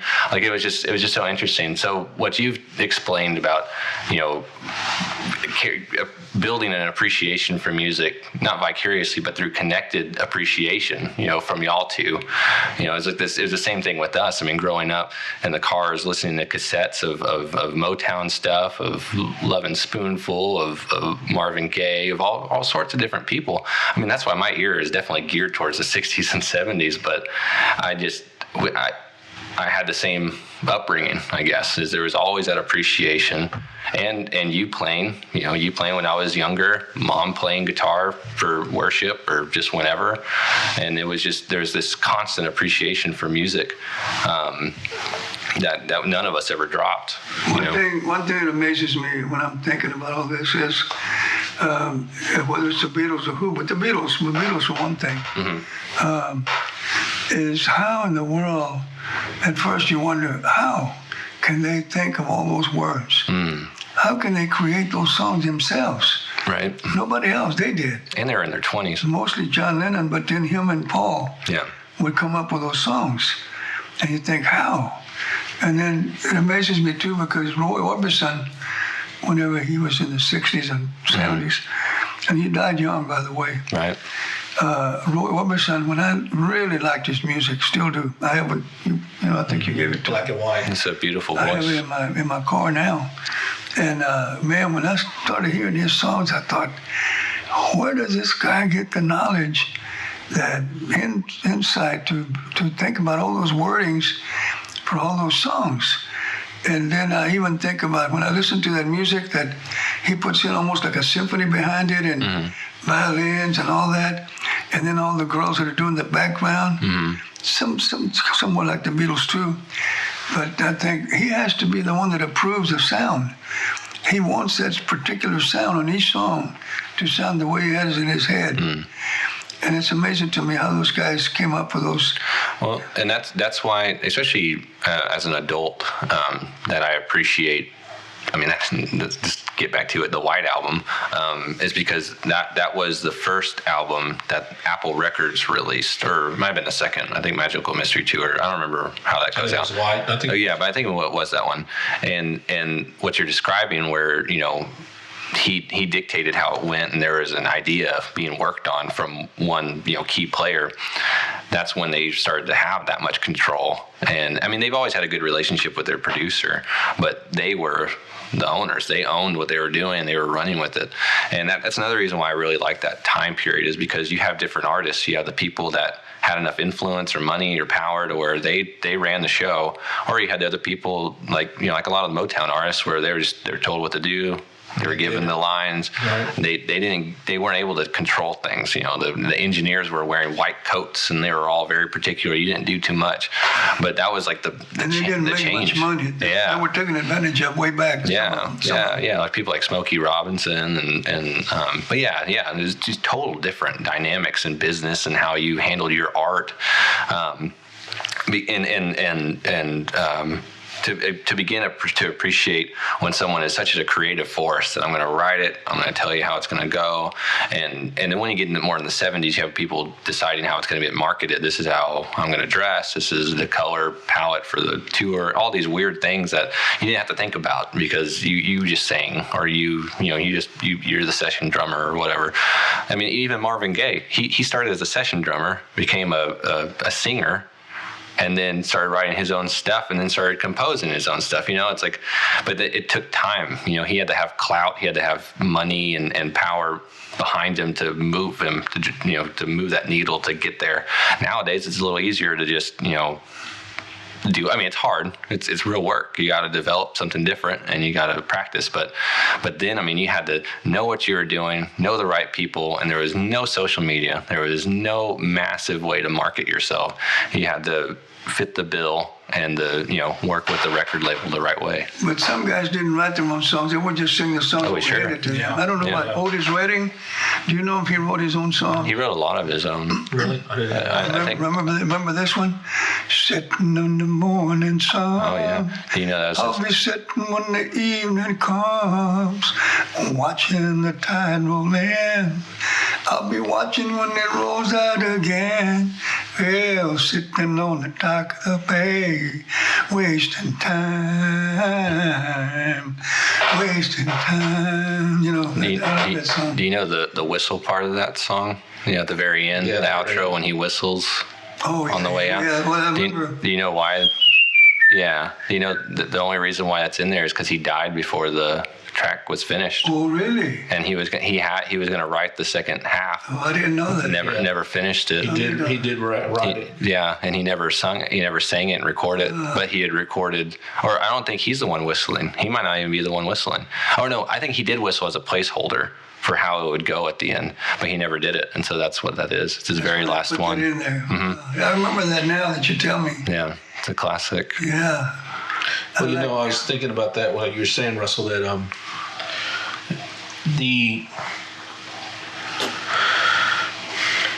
there's one side of it where you can know everything that's going on. You can understand who's doing the music, who's writing the music, how they're producing the music, blah, all that stuff. But then there's the other side where you're just listening to the music and you're appreciating the music. So I think of like you, Dad, and Uncle Richard and Uncle David and people that when I was growing up, and then Russell and Joanna and Chelsea are my children, and they grew up, and all the other kids grow up listening to people singing songs. They don't know anything about what you're singing. They don't know whether that's rock or pop or Mexican music, or they just like the music. They just listen to you sing. And so there's an appreciation just for doing it, just for doing the music, just for singing.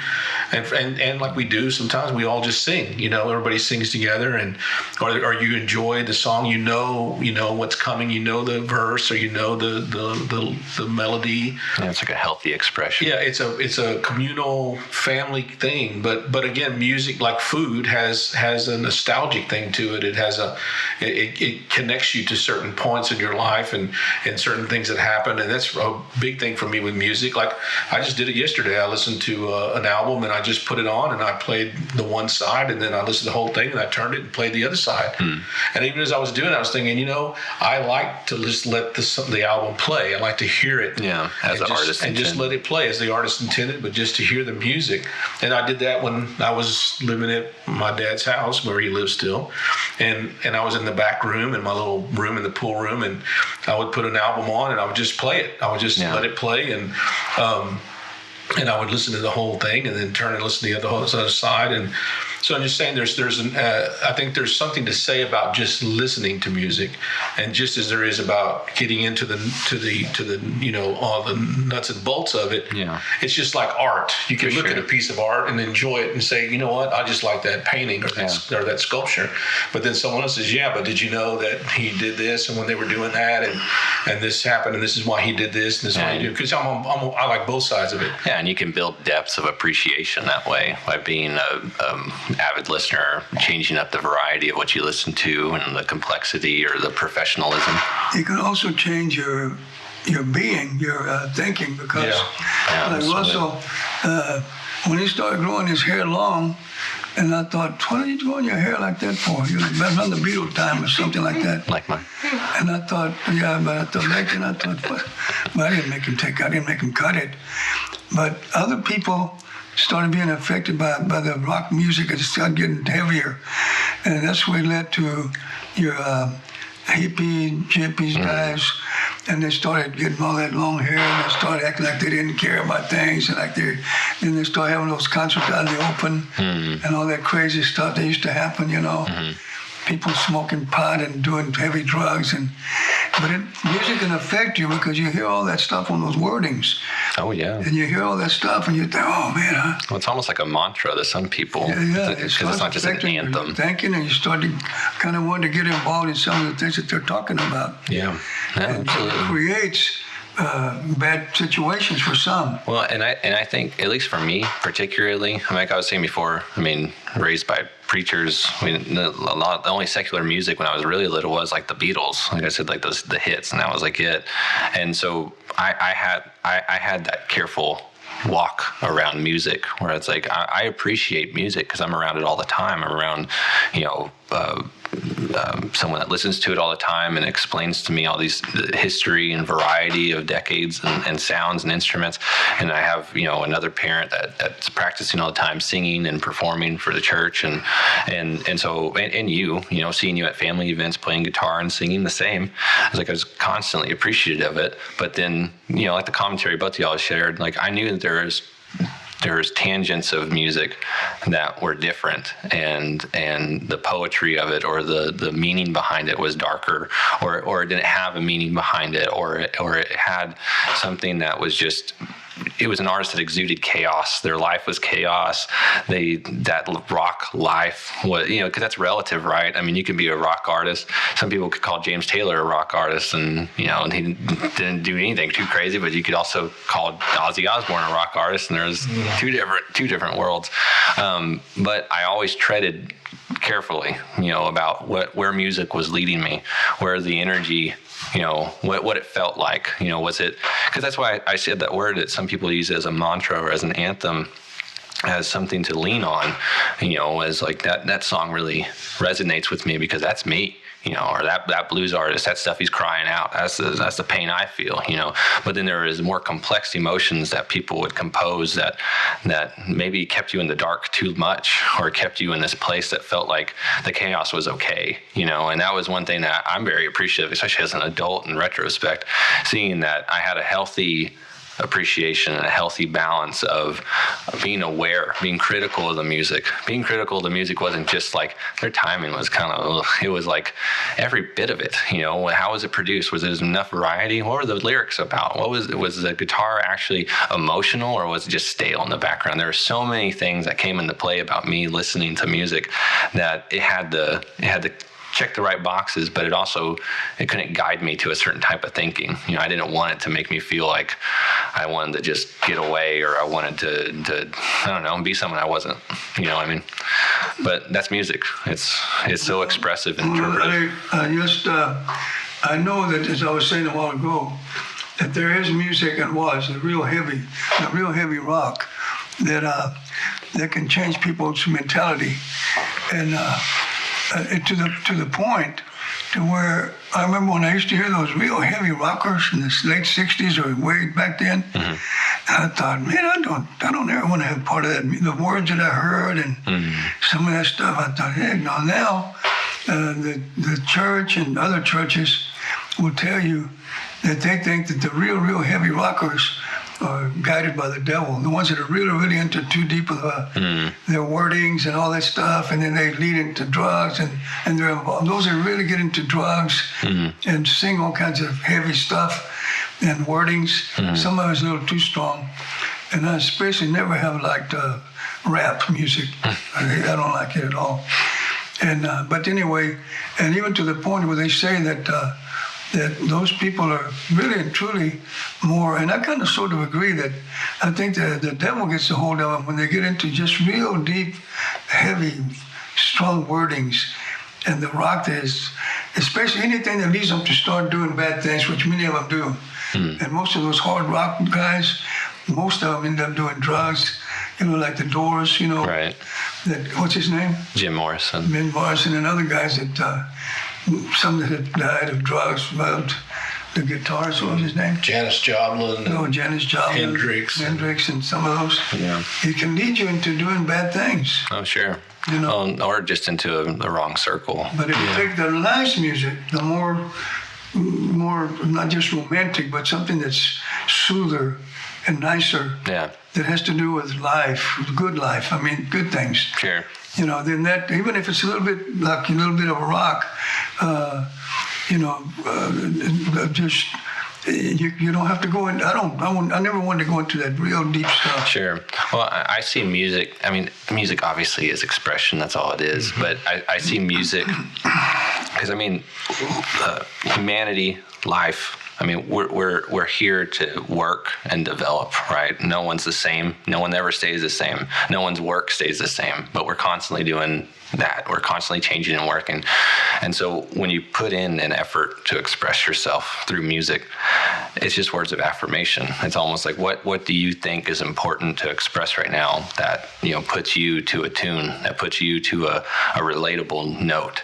And that I think I always understood that you have to be careful about that, because wherever you're expressing, if it's from a dark place, then you have to be aware of that what you're doing is you're putting energy, you're putting movement into something. And if it's not, like what you're just saying, if it's not positive, if it's not loving, if it's not building something or expressing something of appreciation, then just what is it? What is it? And to some people, it's an emotional ride, and that's all it is. But to other people, it's just that's not enough, because you're not actually working on yourself. You're not working on appreciating something. You're putting in a work that's going to express yourself, but is it going to guide you somewhere? Is it going to guide you somewhere that's healthy? And there's people that are going to think about it that way, and there's other people that are just like, that's how I feel. And I put it to a darker tune because I felt that way, and here we are. But I don't think some people realize how impressionable, humans are. That I just want to say before we finish, I just want to say that I'm going back to the old days. I can remember where some Mexican guys, Hispanic guys, when you had dances way back then. That's why I didn't particularly like to go later on, with your mom, unless it was real nice dances. Because I saw a lot of fights, lots of problems, deaths. And so I think that certain music creates, as we talked about, something that affects your thinking. Not only that, but if you have music and drinking combined, then it can really affect your mentality. I'm sure. And in the Mexicanos, especially the ones from Mexico, I don't know why they get crazy when they drink sometimes. Many of them here too, but when in the dances, there were guys who would, at the dances, for any little thing, somebody said anything, real quick, they wanted to fight. But they were drinking. But the music affects them too somehow. They're hearing that music and they get excited and they're having a good time. And then they hear some songs that talk about courage and about, having guts and, whatever. And then some of the Mexicanos would get bold with wanting to act that they showing that they were tough, machos, yeah. And it would create a lot of problems in dances and bars, especially beer joints. I know a few guys that have killed people in the beer joints. I mean, in rock concerts, nowadays it's normal to have a mosh pit. Do you know what that is, Papa? A mosh pit. Do you know what that is? Yeah. I mean, it's very common in metal and punk concerts that a mosh pit develops in the front, right in front of the stage, where the audience is just kind of fighting each other. They're throwing each other into each other. They're pushing each other. It's just getting out the energy. That's all it is. Because most time, I mean, I've experienced a couple, but most of the time it's a good faith thing. It's like we're doing this to get the energy out, just to get it out. It's like wrestling. It's like, you're a wrestler, I'm a wrestler. You want to wrestle? But it's also taking to get into your soul. Oh no, for sure. And I mean, almost controlling you.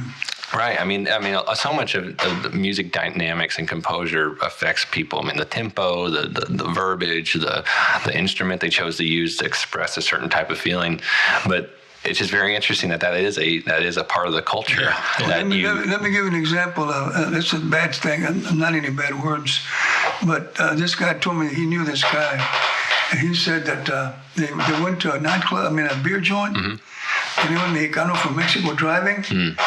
And the guy was in the driving, listening to music real loud. And then whatever that music was, and the guy was with him over here, and he said, man, this music is so, man, it just makes me go crazy, man. It's so good and so strong, and it just gets into me, man. Like it just takes over, man, and it makes me go crazy. I just enjoy this music. It's so, it gets me to feel real intense. And all of a sudden, guess what he did? This fact. He pulled out a gun. He said, it almost makes me want to shoot my brains out, man. And the guy shot his head, and the bullet went and put out the eye of the guy that was in the car with him, in the truck. And that happened. That really happened. The guy that happened to, he told a friend that I know. And he told me, he said, that's what happened to that guy. He went blind from one eye because that guy blew his brains out. he just got so carried away with music. Oh man, this music makes me feel real crazy, man. And then, I'm just shorty, just some crazy dude. He really did it. He blew his brains out, but the bullet went and it was a big pistol. And it went over there and blew his eye out. And Wow. It was a strong story, but it's fact. Good Lord. Clearly, my dad hasn't even heard that story. That's what music can do. I'm just trying to make a point. Well, no. Well, I think the mosh pit is a great centerpiece of that kind of thing. Because there's some interview of Dad, you might be familiar, but they're one of the first like punk, like hard. I think they're from Detroit. Hard like punk rock thrasher, like cutting edge people. It's like MC5 or M5, something like MC5. And I remember there's some old footage of like one of the concert goers in line, and they're like, well, I can't remember who does the interview. It's not even anything notable, I don't think, but it's just some local guy kind of asking like the punk crowd, like, why are you drawn to this? What is this? And there was just one, like, he's not older, but he had to have been in his late 30s, 40s, and he's standing in line, he's wearing all leather, and he's like, it's just raw testosterone, it's raw energy, it's rock and roll. Like, you could tell that the guy was just jazzed up, and he wanted something to get the jimmies out, get the energy out, and I think for a lot of people, whether it's you don't have a lot of power in your life, or you don't have, I don't know what it is, but there's certain things that when you find that new thing that just gets you super excited. And when music is ever changing, ever evolving, always got a new message, and it can get to you. And I just always found an interview interesting because the guy, you can tell, he's not just excited. He's like, whoa, he's like, this is it. This is my chance to really feel, and that's another thing too that I've talked about to people is maybe you felt so strongly, at one point, maybe you were so mad you could feel yourself building up in such an intense way that you never felt like that before. And then when you hear music, it rouses up this unique, energy in your head that something crazy takes over. Yeah, well, and I think the appealing part is it's so new and almost feels unnatural. It's like, how did they get that?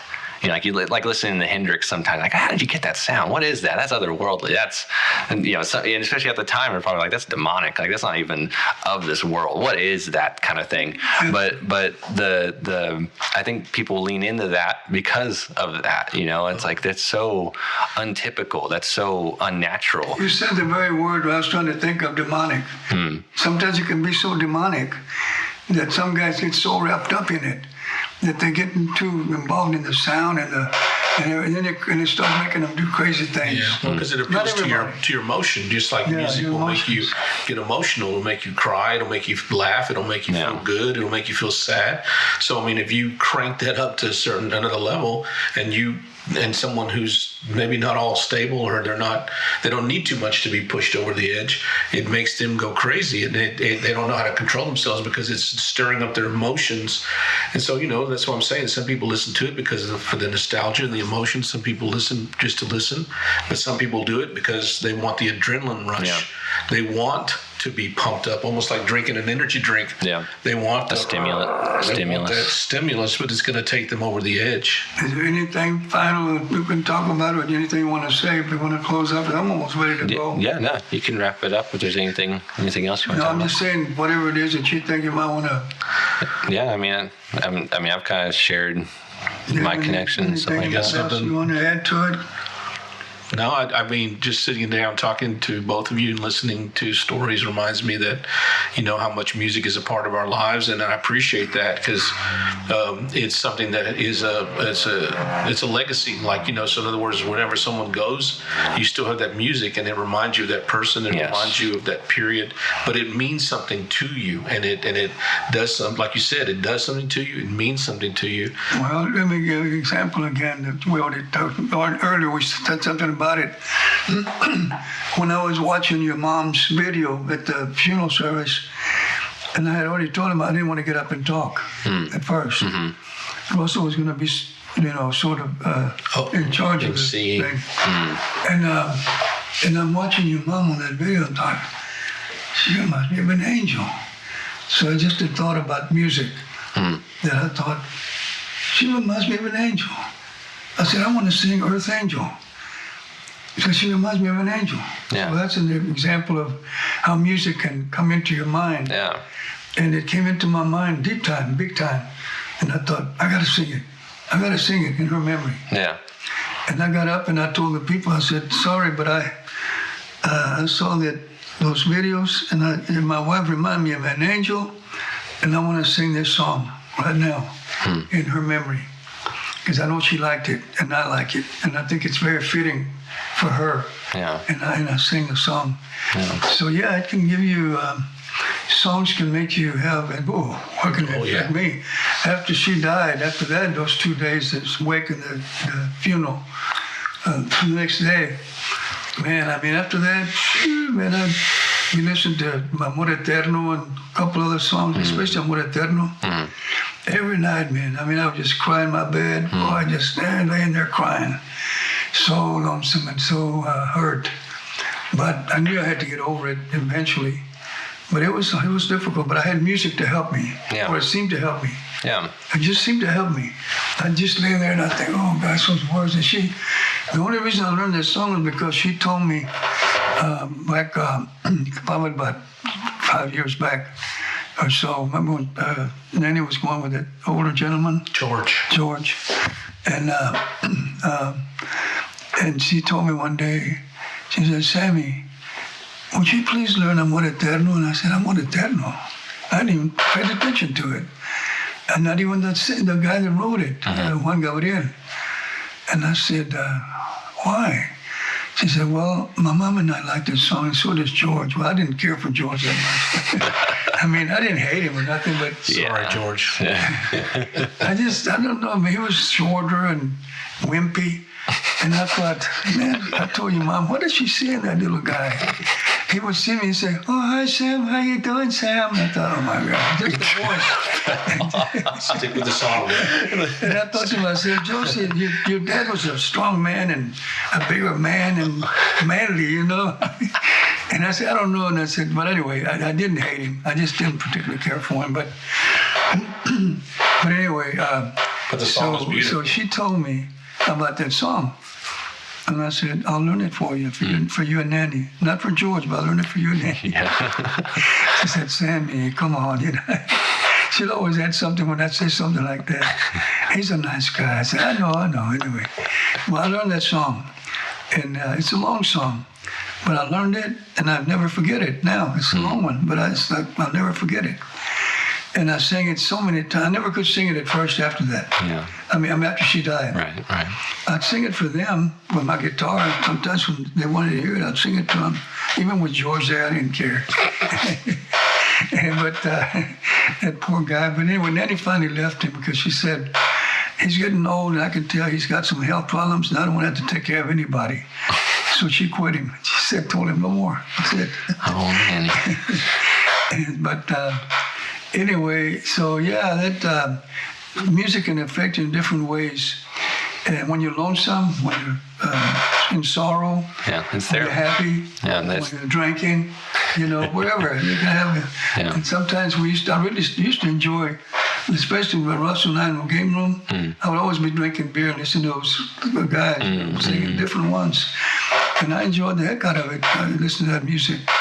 And I was glad that I liked something that Russell liked too, and because it was a connection. Yeah. Well, it was the same here. I mean, I like I said, the Beatles in my world at the time, my youthful world, the Beatles were nice, but it was kind of like, because you don't know as much when you're so small, that it seemed like all the songs had been written already. All the songs I heard were so great and polished that surely what else is out there? What else could be out there with this, done already? And then when I heard the White Album with just a variety of things, and then I remember not much longer after that, you introduced me to David Bowie, and the first song was, it was two songs. It was Space Oddity, which blew my mind.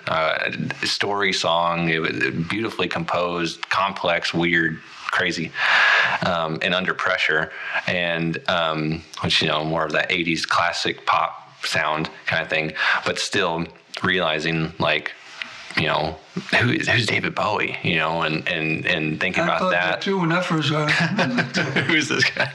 Then I started liking him. Yeah, but same thing to me. It was like, because I know the first song is Space Oddity, but that's what it was to me. It was just an oddity. It was so unique and weird. I didn't like it at first, and I started liking the song. Yeah. I started liking it. Yeah, and that opened up the branches for me to break out to like what else came out during this period, and to me as a listener, building a mind of a catalog of like, oh, this is that 50s sound, this is that 60s era sound, because I had no concept of that really, and I became so interested in it because it's gone through so many filters. It's gone through you being critical of it, and then y'all connecting on something and saying, no, this is an intergenerational, no matter what, this is classic.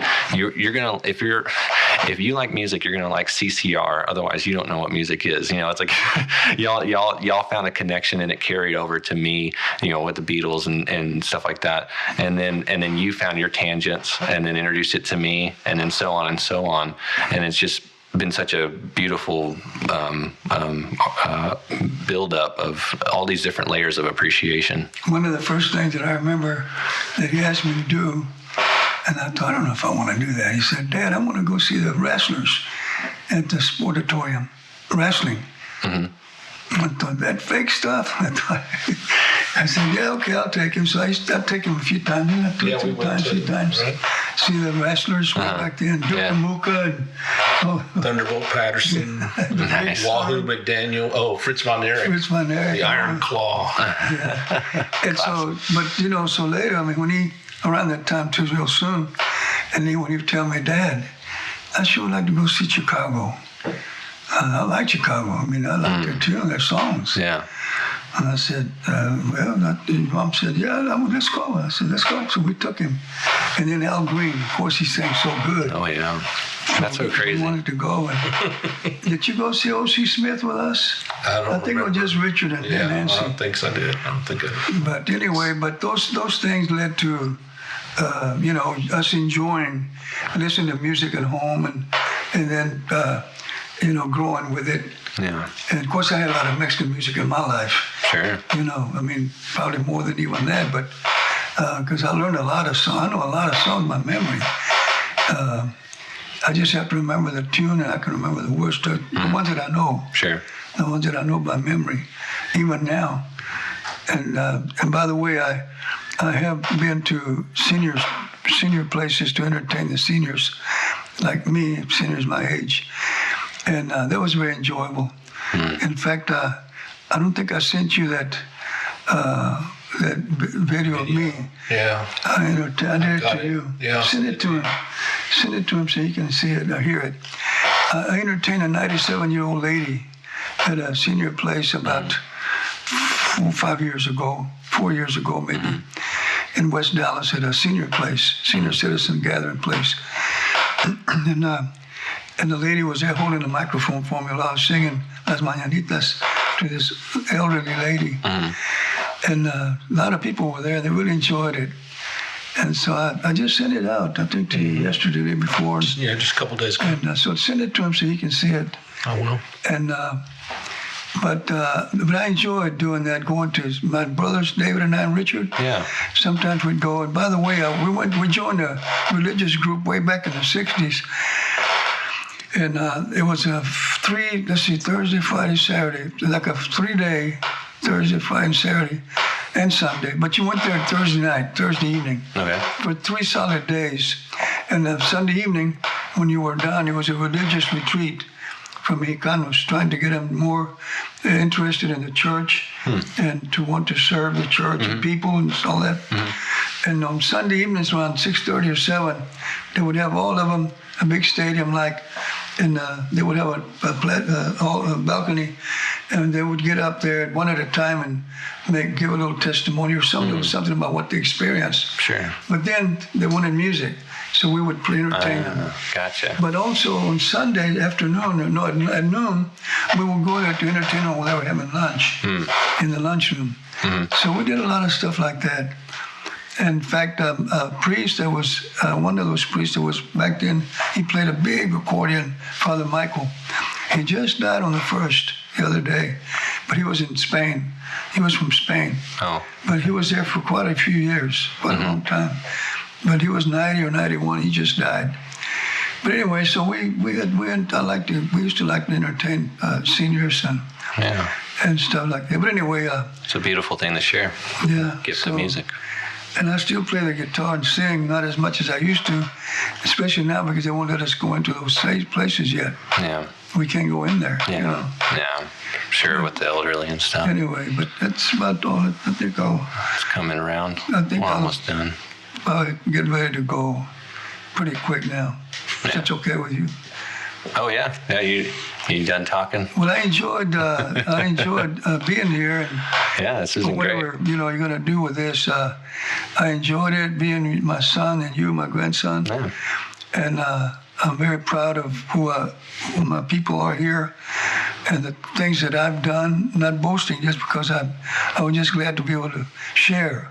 Yeah. Whatever little some things that we did, and I have to admit that.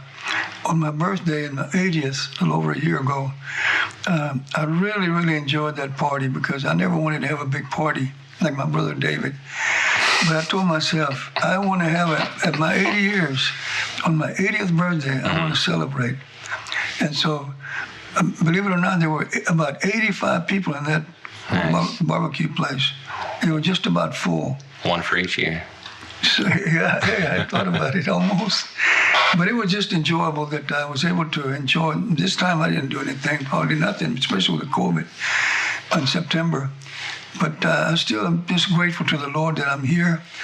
And I ask him all the time to let me be here a little bit longer, just to be able to, now that I have Tina there with me, to be able to be there for her, to let her stay there. And by the way, Jacob is probably, if he's not here already, he'll be here shortly in Dallas or in the area. Yeah.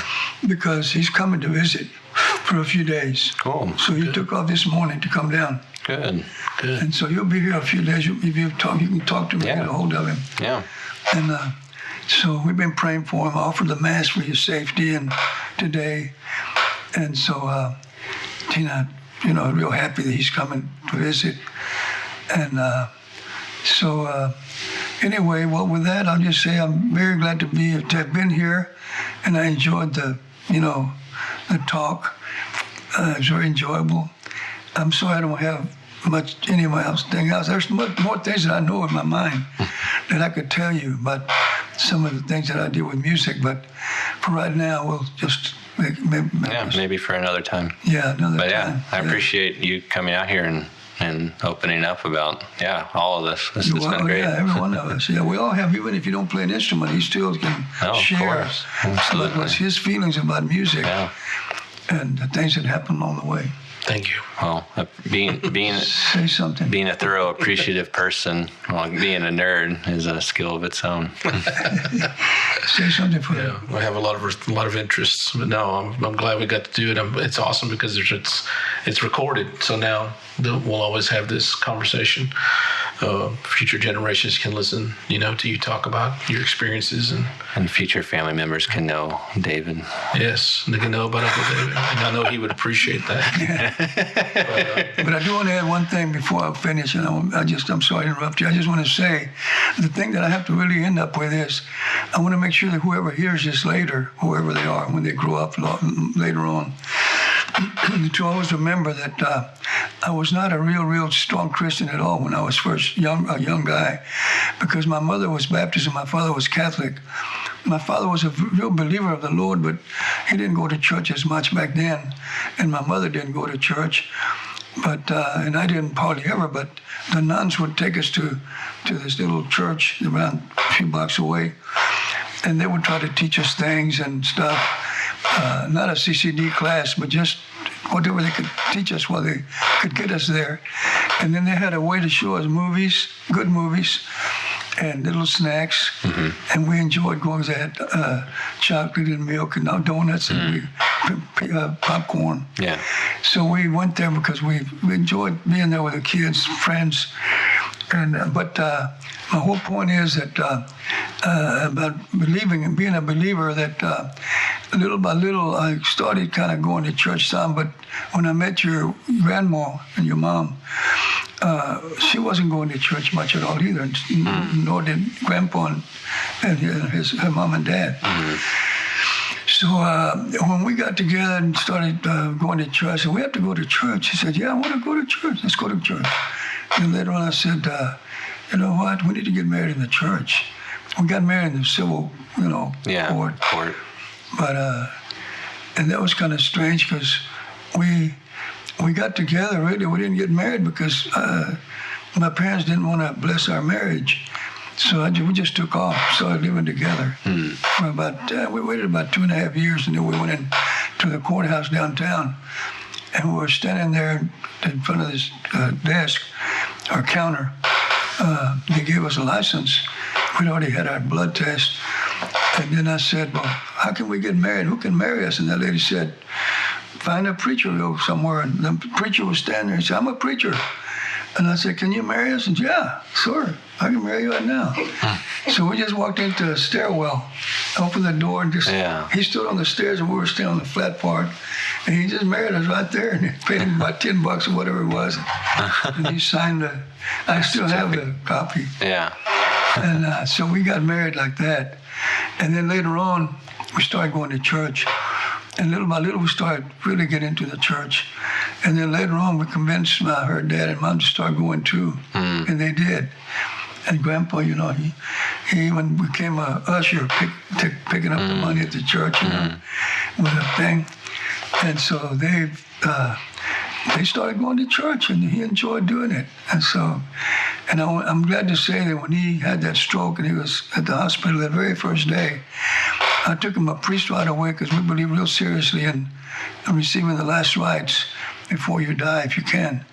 And he was able to do that because I took him a priest. And if you look in the very last chapter and verses of St. James, it'll tell you there, back then, if someone's sick, call a presbyter. Back then they called him presbyters. Some of them still do.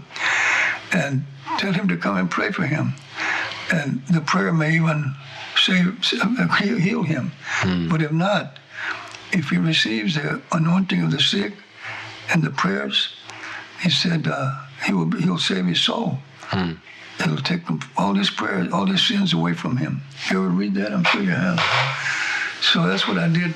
That's why I took the priest for Grandpa. Yeah. Of course, Felix being the way he is, Felix Florence, his husband, that very day we were there that evening, we were standing there, and Felix and Florence and my wife, and then Florence said, Sam brought a priest today for my dad, and like the last rites. I said, what? What for? He didn't have to have a priest, not yet. Why do you have to have a priest? And I said, Felix, anytime a person seems like they might die, they need to be ready for the Lord, man, prepared. But he was that way. They're kind of negative. But anyway, that's mine right now. Final, and so thank you again. I'm sorry to interrupt you. No, it's good. We're good. Yeah, I think that's good. Well, thanks for coming out. I appreciate it and having the conversation and being able to open up about our music appreciation legacy and how it continues. Until next time. Okay. Thank you. Thank you. Enjoy. Thank you for listening. For more episodes, visit our website, musicmythpodcast.com, and follow us on Instagram and Twitter. Goodbye.